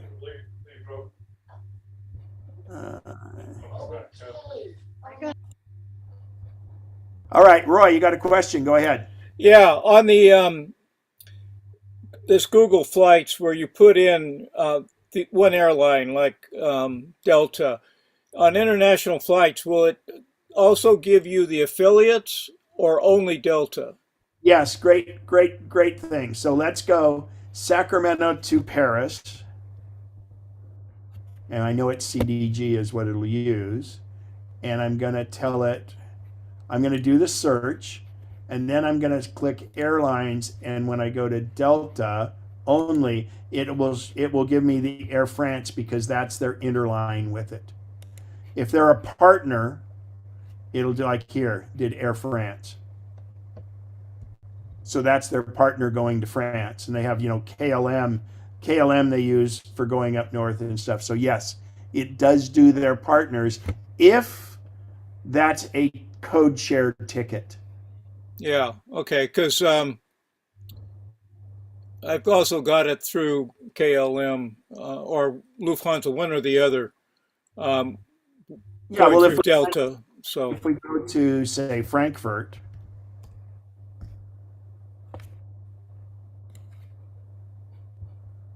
and I say Delta, it's still Air France, so it looks like they don't do Lufthansa. I think Lufthansa works with American.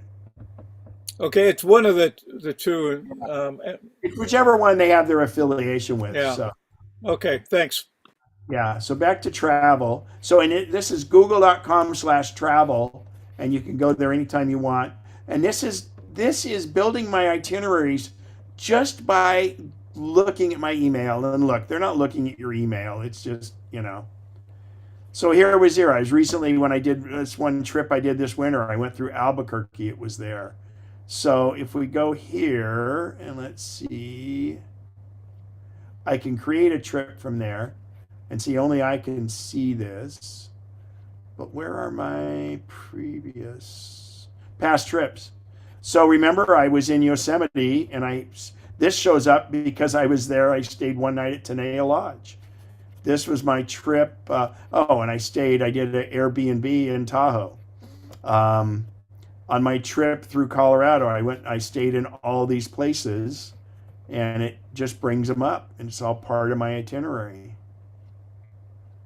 So it's just wonderful. Here's this trip. So if I click that, it automatically did this. I did not build this itinerary. It used my email to determine I had that flight. Oh, and then that was because Ken was flying with me from Tucson. I booked it for him, or didn't book it for him, but I looked it up. So, and then here's some other things about what to see when you get there. And then let's go back to, let's see, a trip where I booked the hotels.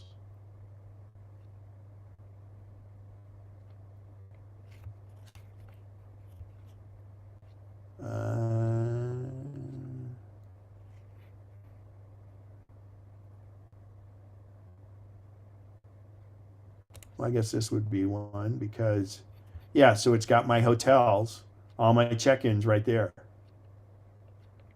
I didn't do this. It happened automatically because I allow it to use my email. All right. Any questions on Google Flights or Google Travel? And don't forget to use the Explore button and find out what's on sale.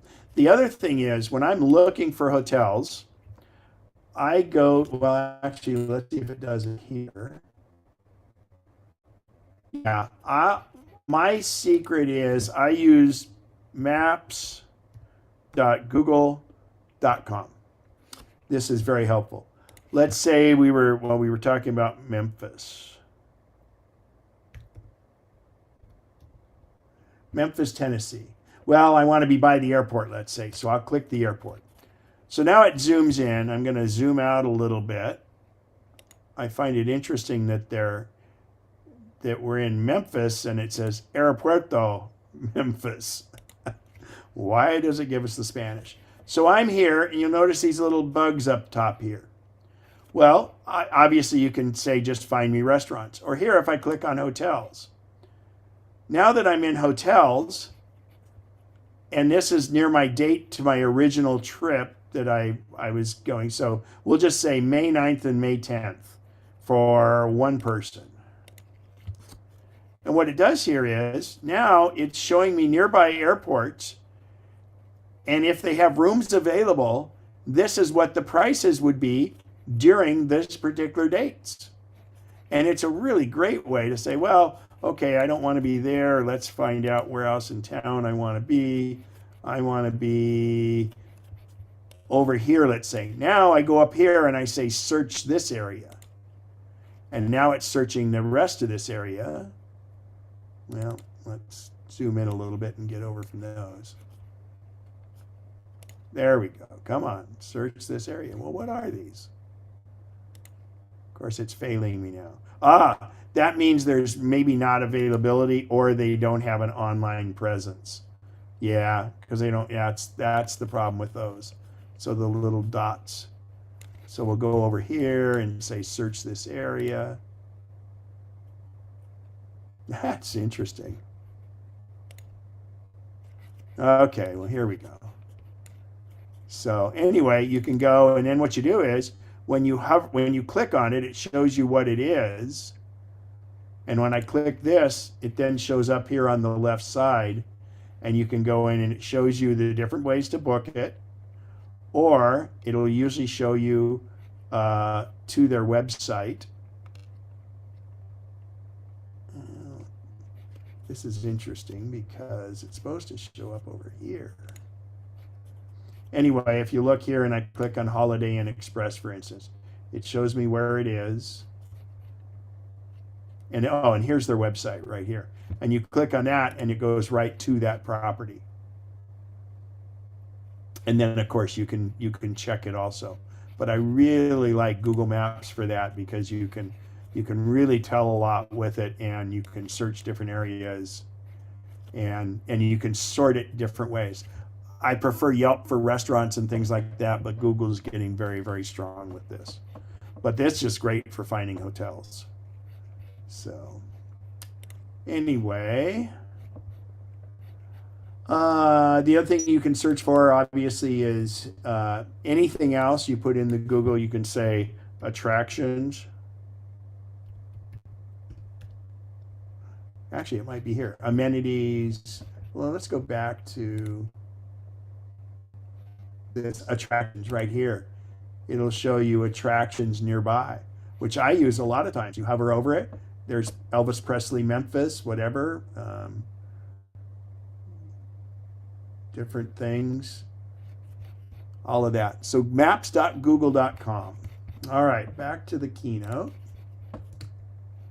So another one, I use this not for flights so much, even though you can do flights, but Rome to Rio. And it's Rome to Rio.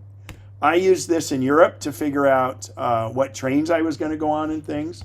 So let's take, I was in Silva, Italy,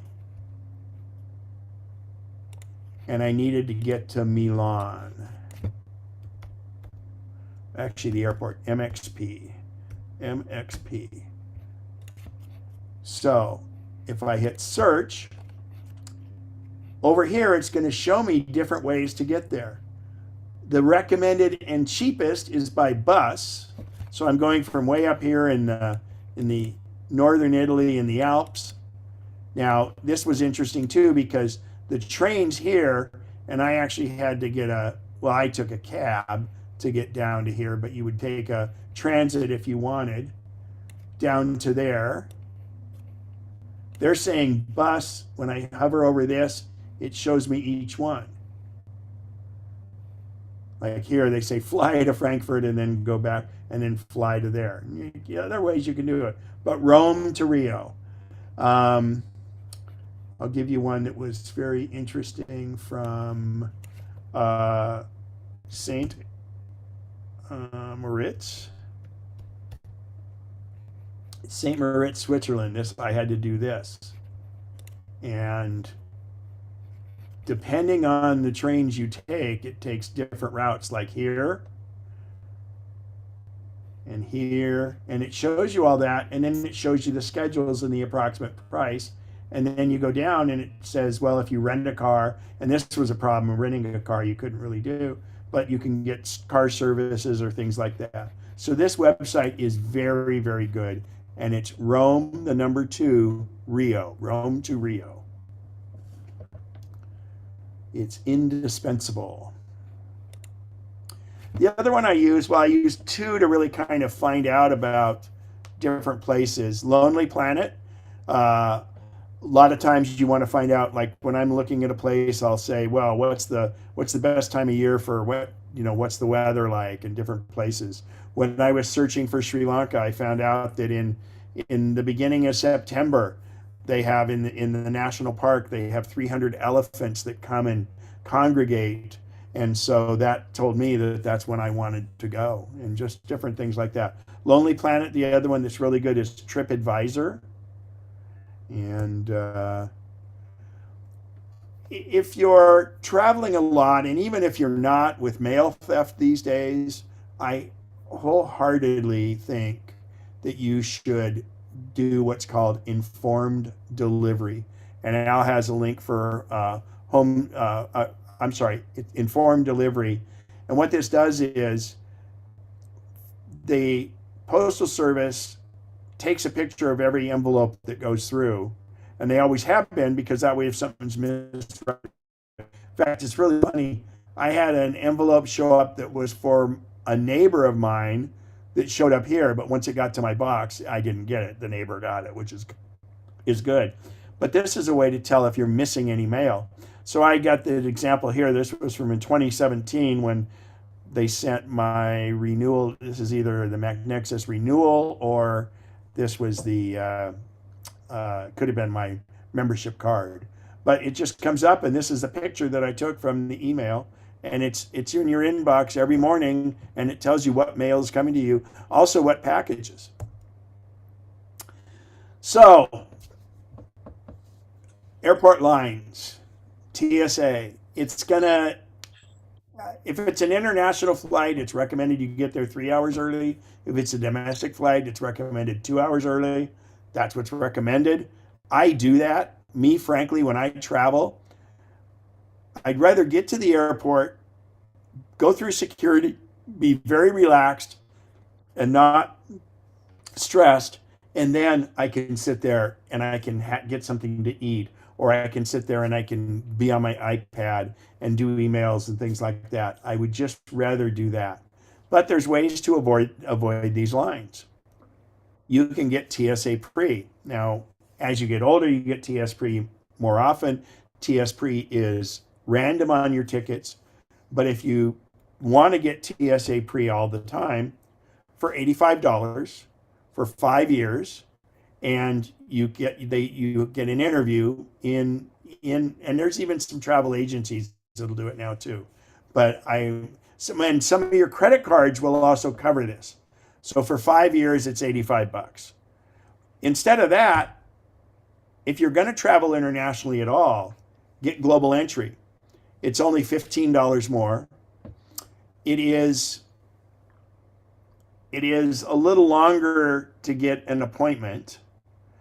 If you currently are a Global Entry member, they're doing renewals and you have a 24 months grace period.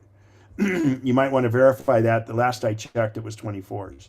So you used to have to go to San Francisco for your appointment. You go online, you fill out the information, you pay your money, and then you wait. And you wait. And then you wait some longer. But if you're conditionally approved, they have a thing now where if you enter the US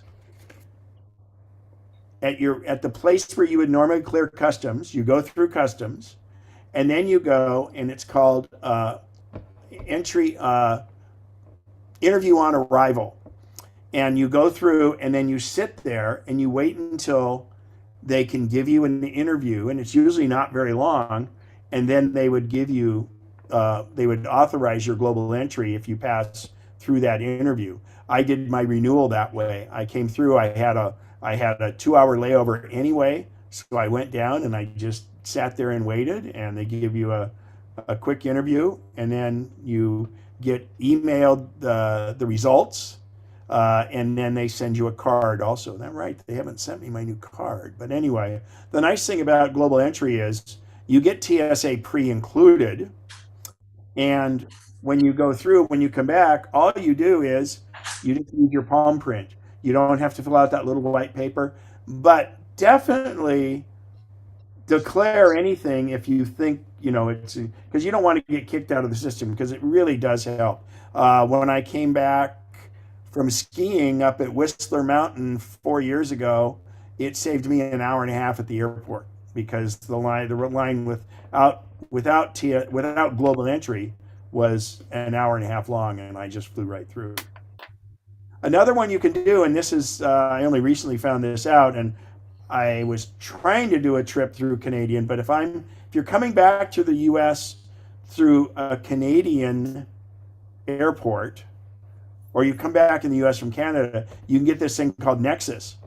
It gives you global entry, it gives you TSA pre, and it's only $50 for 5 years. But it can only be done at certain US and certain Canadian airports. So that's something to consider. It's called Nexus, and hey, after all, we're MacNexus, right? Do I go ahead with your question? Yeah, on the coming back and getting the interview. Roy is a very seasoned traveler also, so I'm always happy for any of his input. On the global entry for the, you show up at the airport coming back, and for the interview, if it's a late flight, is that office going to be closed? And if so, what do you do then? Go through the regular line? Well, that's a good question, because if you're doing the initial interview, there have to be customs people there, but I'm not sure if they have it. So I think online you can check that. I believe that basically after those flights they have people there. And remember, it's the first point of entry, so it's not necessarily if you're landing in Sacramento unless it was a direct flight. Yeah, I know that at San Francisco, the office where you do the interview, they have set hours. And I think interview on entry is different, but I would go to the GOES is the GOES website and see what's there. Global Entry ES is what it stands for. I'm sorry, I can't answer that question for you. But for renewal, it was actually just the guy where you go through. There wasn't like an office. It was one of the guys, and it was on the end, and he waited till he cleared some other people through, and then he did me. And don't worry, there'll be a little delay because they want to bring up all your information before they look at you, just to make you haven't had 25 flights to either a money laundering place or a drug place. So I'm not sure if this is still valid. I believe it is. There's a passport office in the city of Roseville.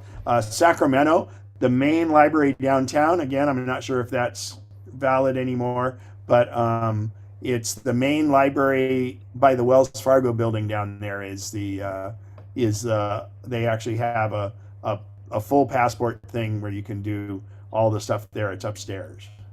Ken, the main post office in West Sacramento is open. It does have it. Yeah, thank you. Yeah, that's a good one, and that's usually not as busy. So when you're traveling, getting through the security can be interesting. And remember, every country is a little bit different. By the way, when I went through England, I went through Heathrow, they made me check my bags and go through security. And not till afterwards did I realize, because I had global entry, they have a thing called FAST, F-A-S-T, that I could have used that line. Luckily, I had a long layover, but my gosh, they were very intense on security in England or in Heathrow. And so keep an eye out for that and check ahead of time. I didn't know that I was not going to be. Usually, you go through transit and you don't exit security, but anyway, it worked out. But keep an eye out if you're in England. You can go ahead and go through the fast line if you have global entry. I'm not sure if it applies to TSA pre or not. Hey, Ken. Yeah. Yeah, a little thing about if you go to the Roseville location to get your passport renewed or whatever. I know you can places like Walgreens offer the services where you can they'll take the photograph for you. I had it. I did that and it didn't really work out. They had it really finicky about the photograph that gets taken, but they can do it right there in the at the Roseville location. Yes, So, and I think it's $12 or something. Yeah, and I was submitted to one that I got from Walgreens that was supposed to be appropriate for the with all the aspect ratios and all the dimensions and stuff, but they wouldn't take it. They said it wasn't right. So just a little tidbit there. Let them do it. Yeah, and I'm not sure if it's still $12. It might be more, but this slide might be a little dated. But the other thing is, you can do your own photo. You just have to be really good at it, and you have to do it to specifications. I did. I think I did my last passport that way, if I'm not mistaken. But believe me, they're very picky on it, and there's criteria because these are being read biometrically. They're essentially comparing it when you go now. So now, hotel safes. Well, first of all, little travel tip as far as hotel safes. I was getting ready, so the new M2 MacBook Pros came out in a 14 and a 16 inch. And I held off because it would have arrived while I was in North Africa. So I'm glad I did, because I would have ordered the 16 inch. But in my travels, I was traveling with the 13-inch MacBook Pro, and it fit in about 80% of the safes. Well, the 14-inch MacBook Pro is just maybe 3/4 of an inch longer, and it would have fit in almost every safe that I tried that the 13 fit in. But if I'd taken the 16-inch, I bet that it would only fit in about 20% of the safes that are in hotels when I travel.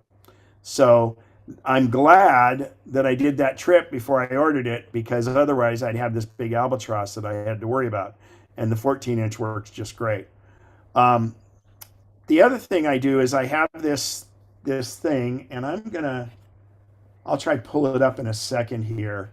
I have a thing that has pockets in it that hangs from a hanger, and it zips shut. And the idea is you hang it up, you put a shirt or a sweater or something over it in your closet, and I can hide my iPad and my laptop or anything in there, because if a thief goes into your room, they're obviously not going to steal shirts. And so it's a great way to sequester stuff like that.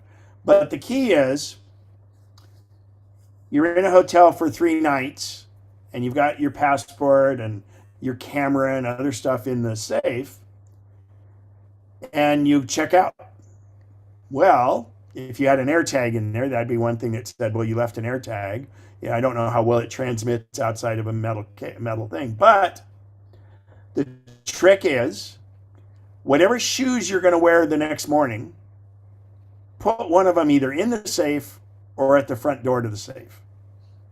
Because when you go in the morning and you're all frenzied, oh my gosh, you got up late, I got to go to breakfast, blah, blah, blah, you'll remember to put your second shoe on. It's in the safe. So you'll open the safe and get all your stuff out of it. I had read this that was a flight attendant tip from years ago, and it always stuck with me, and it makes sense. So not if you have not any pair of shoes, put one in, the shoes you're going to wear the next day. So little tip on that. So we talked about travel insurance. My credit cards give me really good travel insurance coverage. Because of COVID on these last 2 trips I took, I go, man, it'll be expensive if I have to stay extra nights, and it'll mess up the rest of the trip. So I went in and I have used a company called Allianz before, Allianz, and who I found through Insure My Trip, and I got extra coverage because it was, and for the year it was like the same you would. For a year, it's only slightly more than what you would pay for one trip.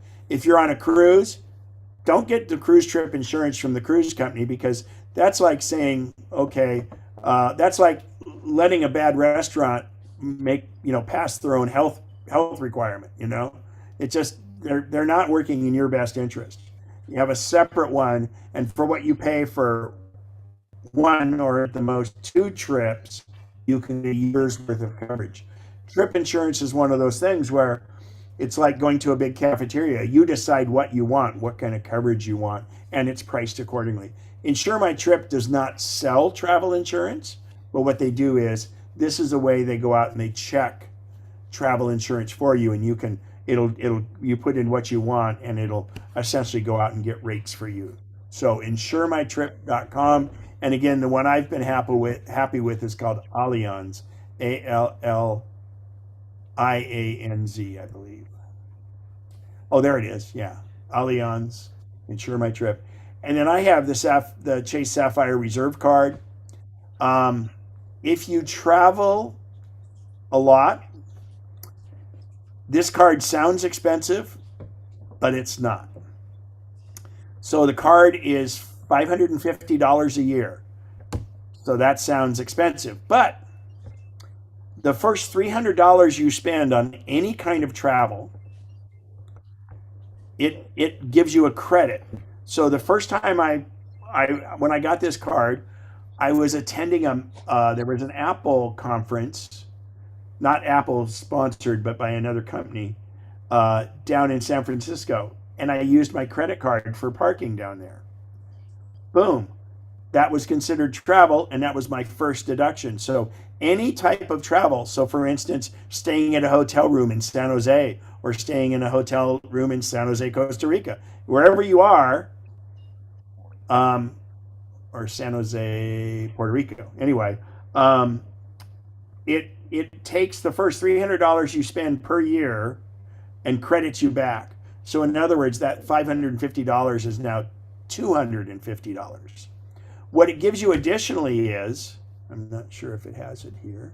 So additionally, it gives you primary rental car coverage. So in other words, if you have something happens in a rental car, it will be primary coverage, where most credit cards protect you and just cover things your regular insurance won't cover.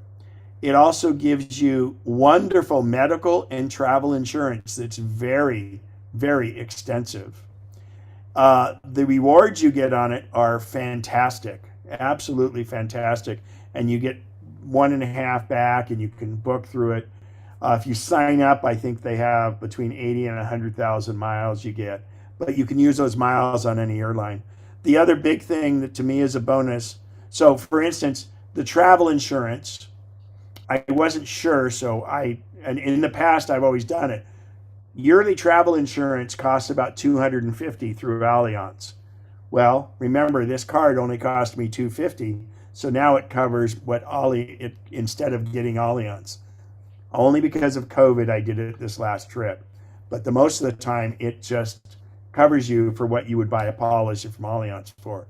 So at that point, the card's free. So the bonus of the card is it allows lounge access in what's called Priority Pass lounges. And those are, a year of Priority Pass, I believe, is $350. So it gives you and either 1 or 2 people you're with access to to the lounges at the airports. And if you have long layovers, it's great. Some of the lounges have showers. Some of them have beds. Most of them have food. Most of them have free beverages, and at least they have a nice place with good internet so you can sit down. So I really encourage that. Again, if you're going to travel enough to do it, where lounges would be important, and remember you have to do $300 worth of travel to get it, so it gets that $300 off. But they have two. They have the Chase Sapphire Reserve and the Chase Sapphire Preferred. The Preferred does not give you the lounge access or anything else. It's $95 a year, and both of those will cover your TSA pre or your global entry fee every 5 years. These are a bunch of links. I've given these to Al. He's got them in the thing just from the top. I really think smartertravel.com. I subscribe to their newsletter and Johnny Jet's newsletters. They're fantastic. They really give you a lot of tips, different things, kind of what's going on. Clark.com, of course, that's Clark Howard, his travel thing. Here's your TSA. Another one I really like is Seat Guru, and I'll pull that one up. Seat Guru is fantastic. So I'll do Seat Guru.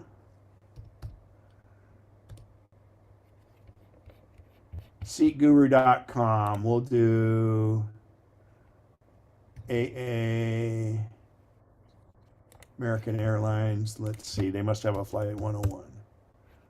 All right. So here's American from Heathrow to JFK.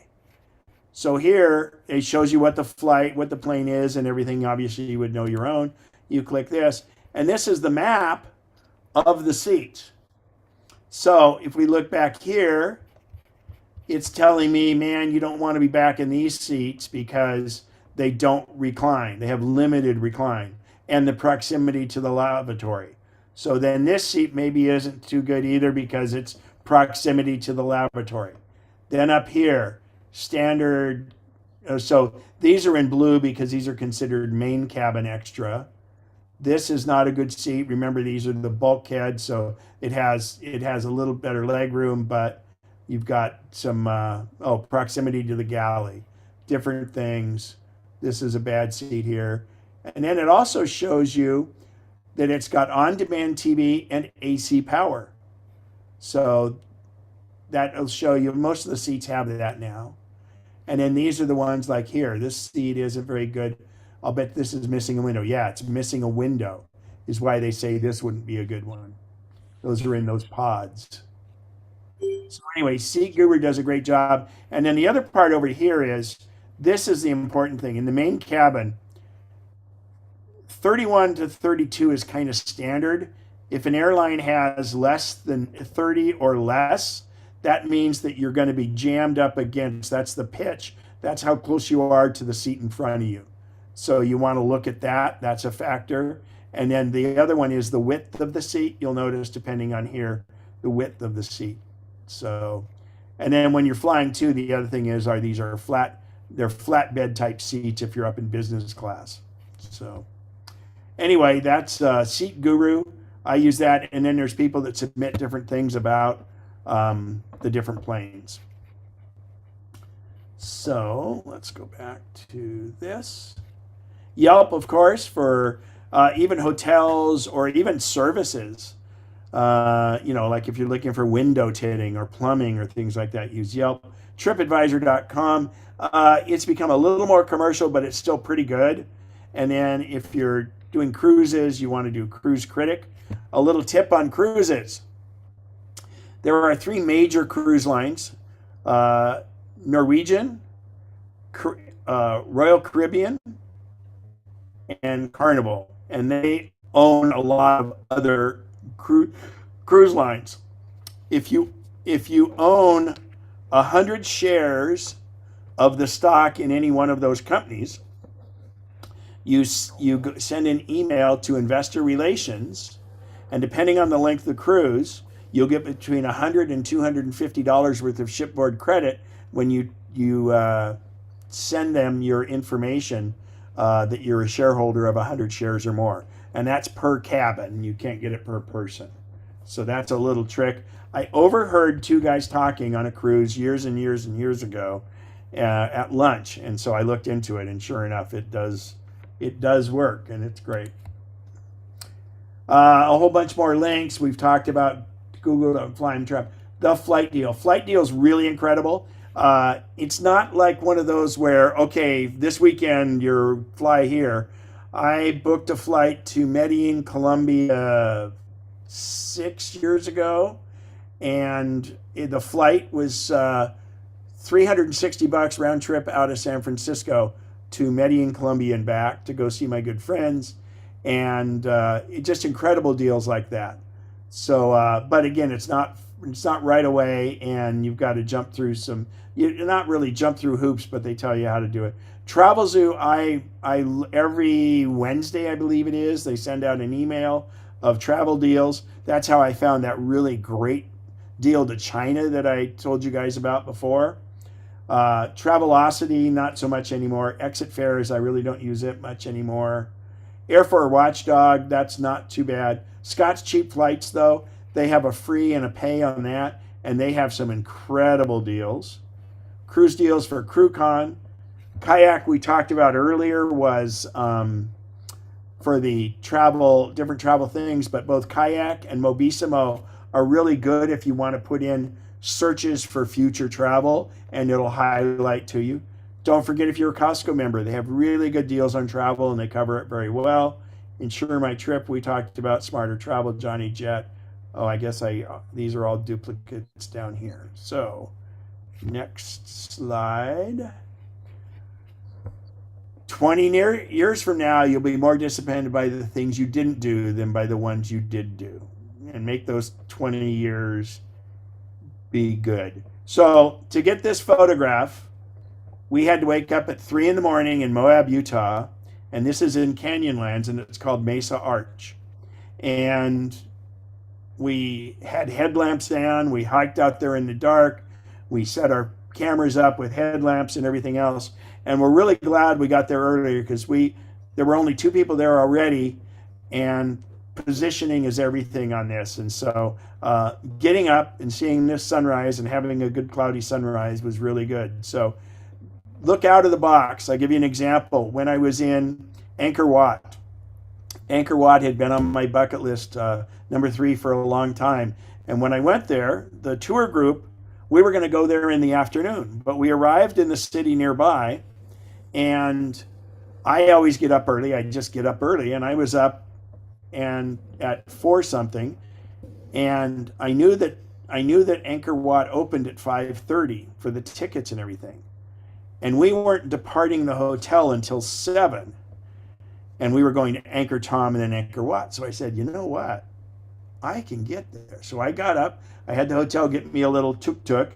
And this guy took me out there. I was there right when they opened at 5:30. And I got sunrise at Angkor Wat. And I loved it. It was fantastic. I got back to the hotel in time to have the buffet breakfast and was on the bus by 7. And all these other people had just gotten up. So think outside the box and make use of your travel and research the heck out of it. I got a free tour in Seoul, Korea, because my flight got delayed out of Vietnam, and they had to put me up for the night. And I had already researched, because I wanted to do it. In Seoul Airport, you get free airport tours. Well, I was able to go on a 2-hour tour of downtown. It was myself. There were 2 other ladies, the bus driver and the tour guide, and it was all free. And then I did a 4-hour tour, and I went up to a Buddhist enclave that was just incredible up in the hills. And not far from there, we could look out and see North Korea. And it was the Buddhist enclave was from the year 400. So things like that are just amazing. So do what you can like this. These elephants were great in Thailand. Tools. I use this. This is like if you're on a boat, this is a convertible backpack roller, and then a second backpack pops off of it. I really like my Osprey Meridian. Scotty vest, it's my go-to. What I do with my Scotty vest is when I get to the airport, as soon as I'm through the ticket counter, I take my Apple Watch off. I take everything. I put it in the zipper closed pockets of my Scotty vest. And I have a very thin Scotty vest that I can wear in any temperature. And I put everything in those pockets. And when I get to TSA, I have nothing of metal in me. I simply put my vest in and my iPad and my iPhone and my passport are in there, and I put them in the box to go through the thing. I never have any trouble. And the best part is I usually leave the things in my Scotty vest, because if you're a guy, when you get on the airplane, you don't know what's going to fall out of your pockets while you're sitting in there and squirming around or getting something out of your pocket. So I just leave it in the zippered pocket of the Scotty vest. And I really, really believe in them. They're fantastic. I carry this poncho with me almost anywhere, and believe me, I needed it in Machu Picchu.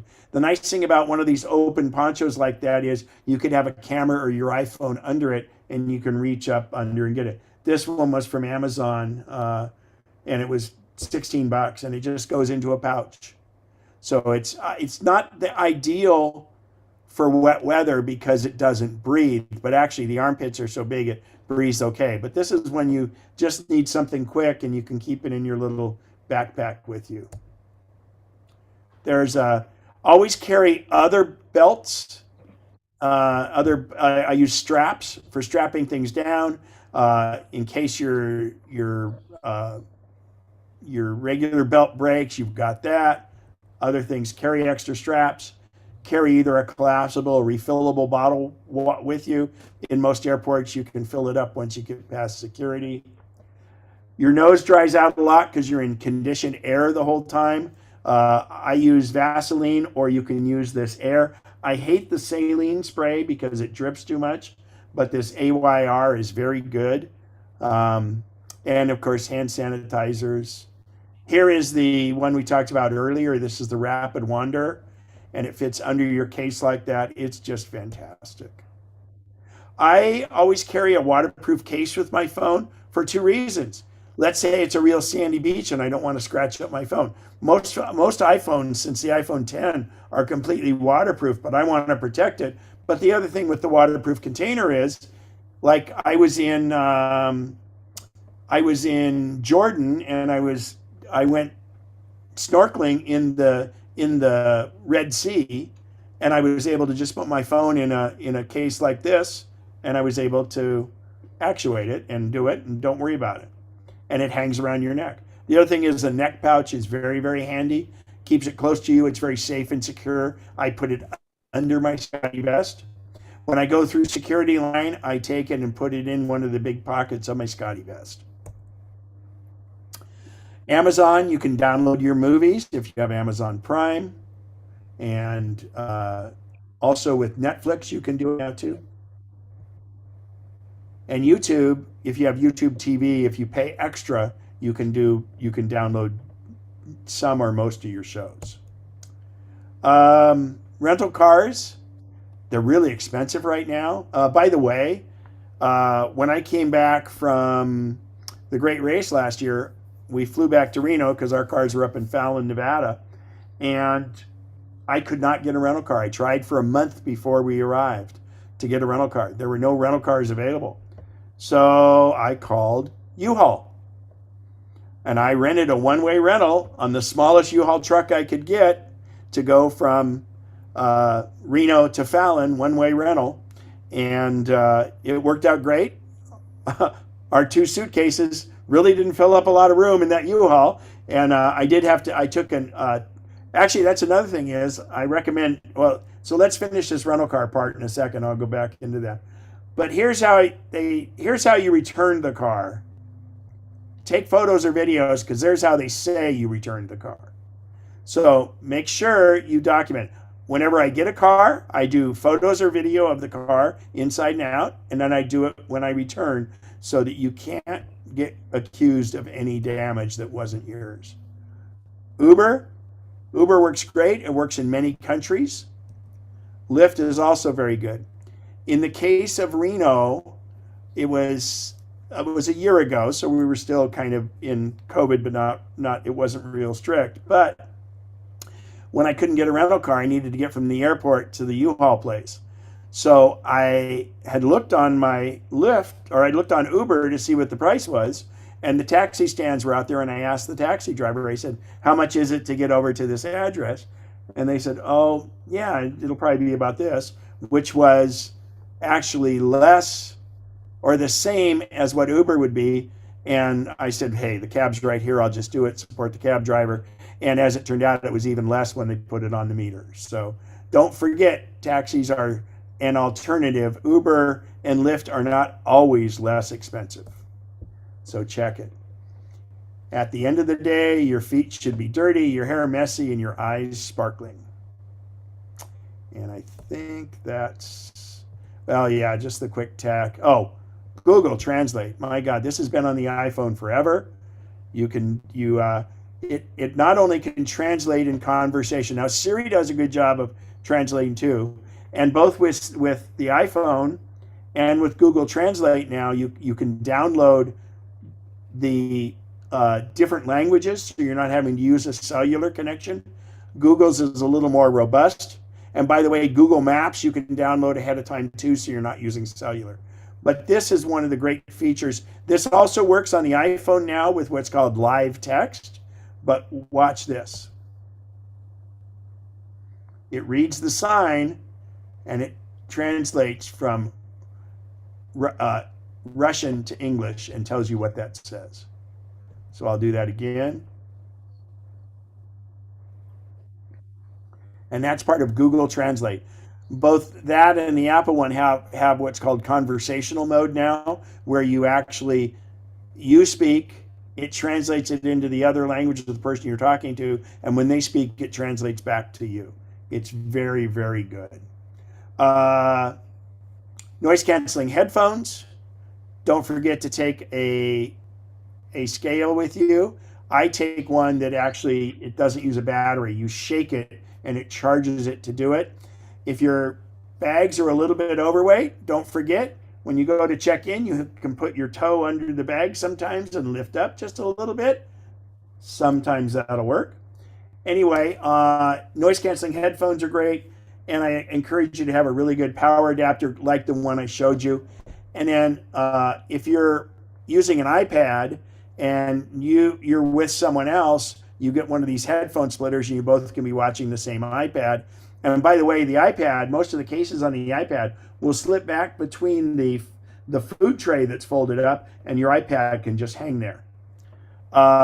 There's a Joby Gorilla Pod. It wraps around either the railing on a cruise ship or doing other things that allows you to do a little bit better than that other little stand I had for the iPhone. But you could even, in fact, attach that thing to the top of a Gorilla Pod.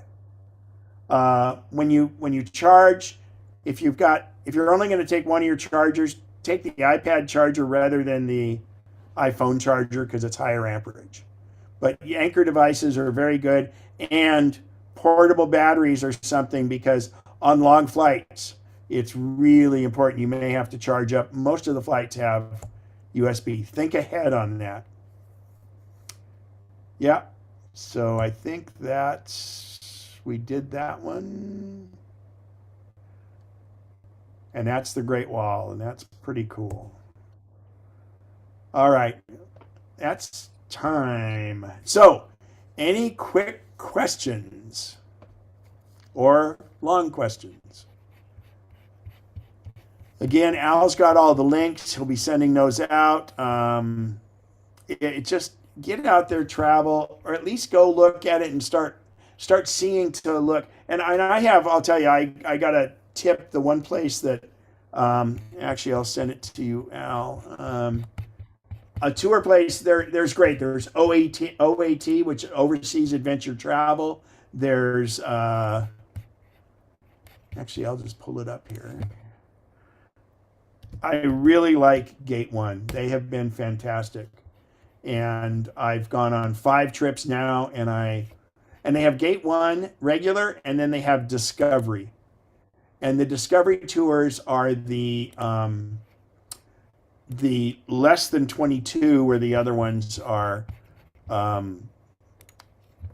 regular tours, and almost all of theirs are escorted tours.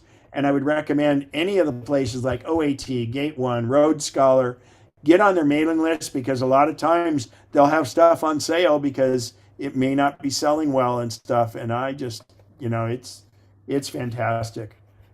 So get out and travel. Mary, you got a question? Go for it. Well, just a comment. My older brother just got back from Turkey and he had a great trip. He's fluent in Turkish, but one of the comments he made was that he had a hard time. He noticed his hearing problems a lot more. And so it's just a caution, if you're kind of in a different place, make sure you have your hearing checked and get something done before you go so you can really enjoy the trip. Yeah, and it's. I mean, I teach that in my hearing classes. It's so important, and especially if you're struggling with the language. And so the iPhone can leverage that too, because you have the ability, if you have a newer hearing aid that's made for iPhone, you can even use a microphone on the iPhone to enhance that. And I think that's it, because trips are about your senses, and why make it hard on one of your senses? That's a great point. Plus, if you've got a tour guide that's telling you stuff, I can't understand it why these people don't, they for vanity or whatever decide not to wear their hearing aids. My gosh, it's there's so much. That's one of the reasons I love doing group tours, is you learn so much more than you would on your own. So yeah, I wholeheartedly. And the other thing is, carry a whistle. They make little flat whistles. I always carry one in my neck pouch like that, because someone that's even very loud could be yelling at the top of the crowd to try to get the attention of the group if they're going away or you're not where they are or something. But there's nothing like a shrieking whistle, and you can blow that thing and boom, they'll know where you are and stuff. It's just, I do it when I'm skiing, because if I got caught in a tree well or something off piste, it does it. But just carry one of these little whistles. It's amazing the difference it can make. Good point, Mary. Anybody else? We're past 12. Yep, that's why I just seen if there are any last questions. So I will end the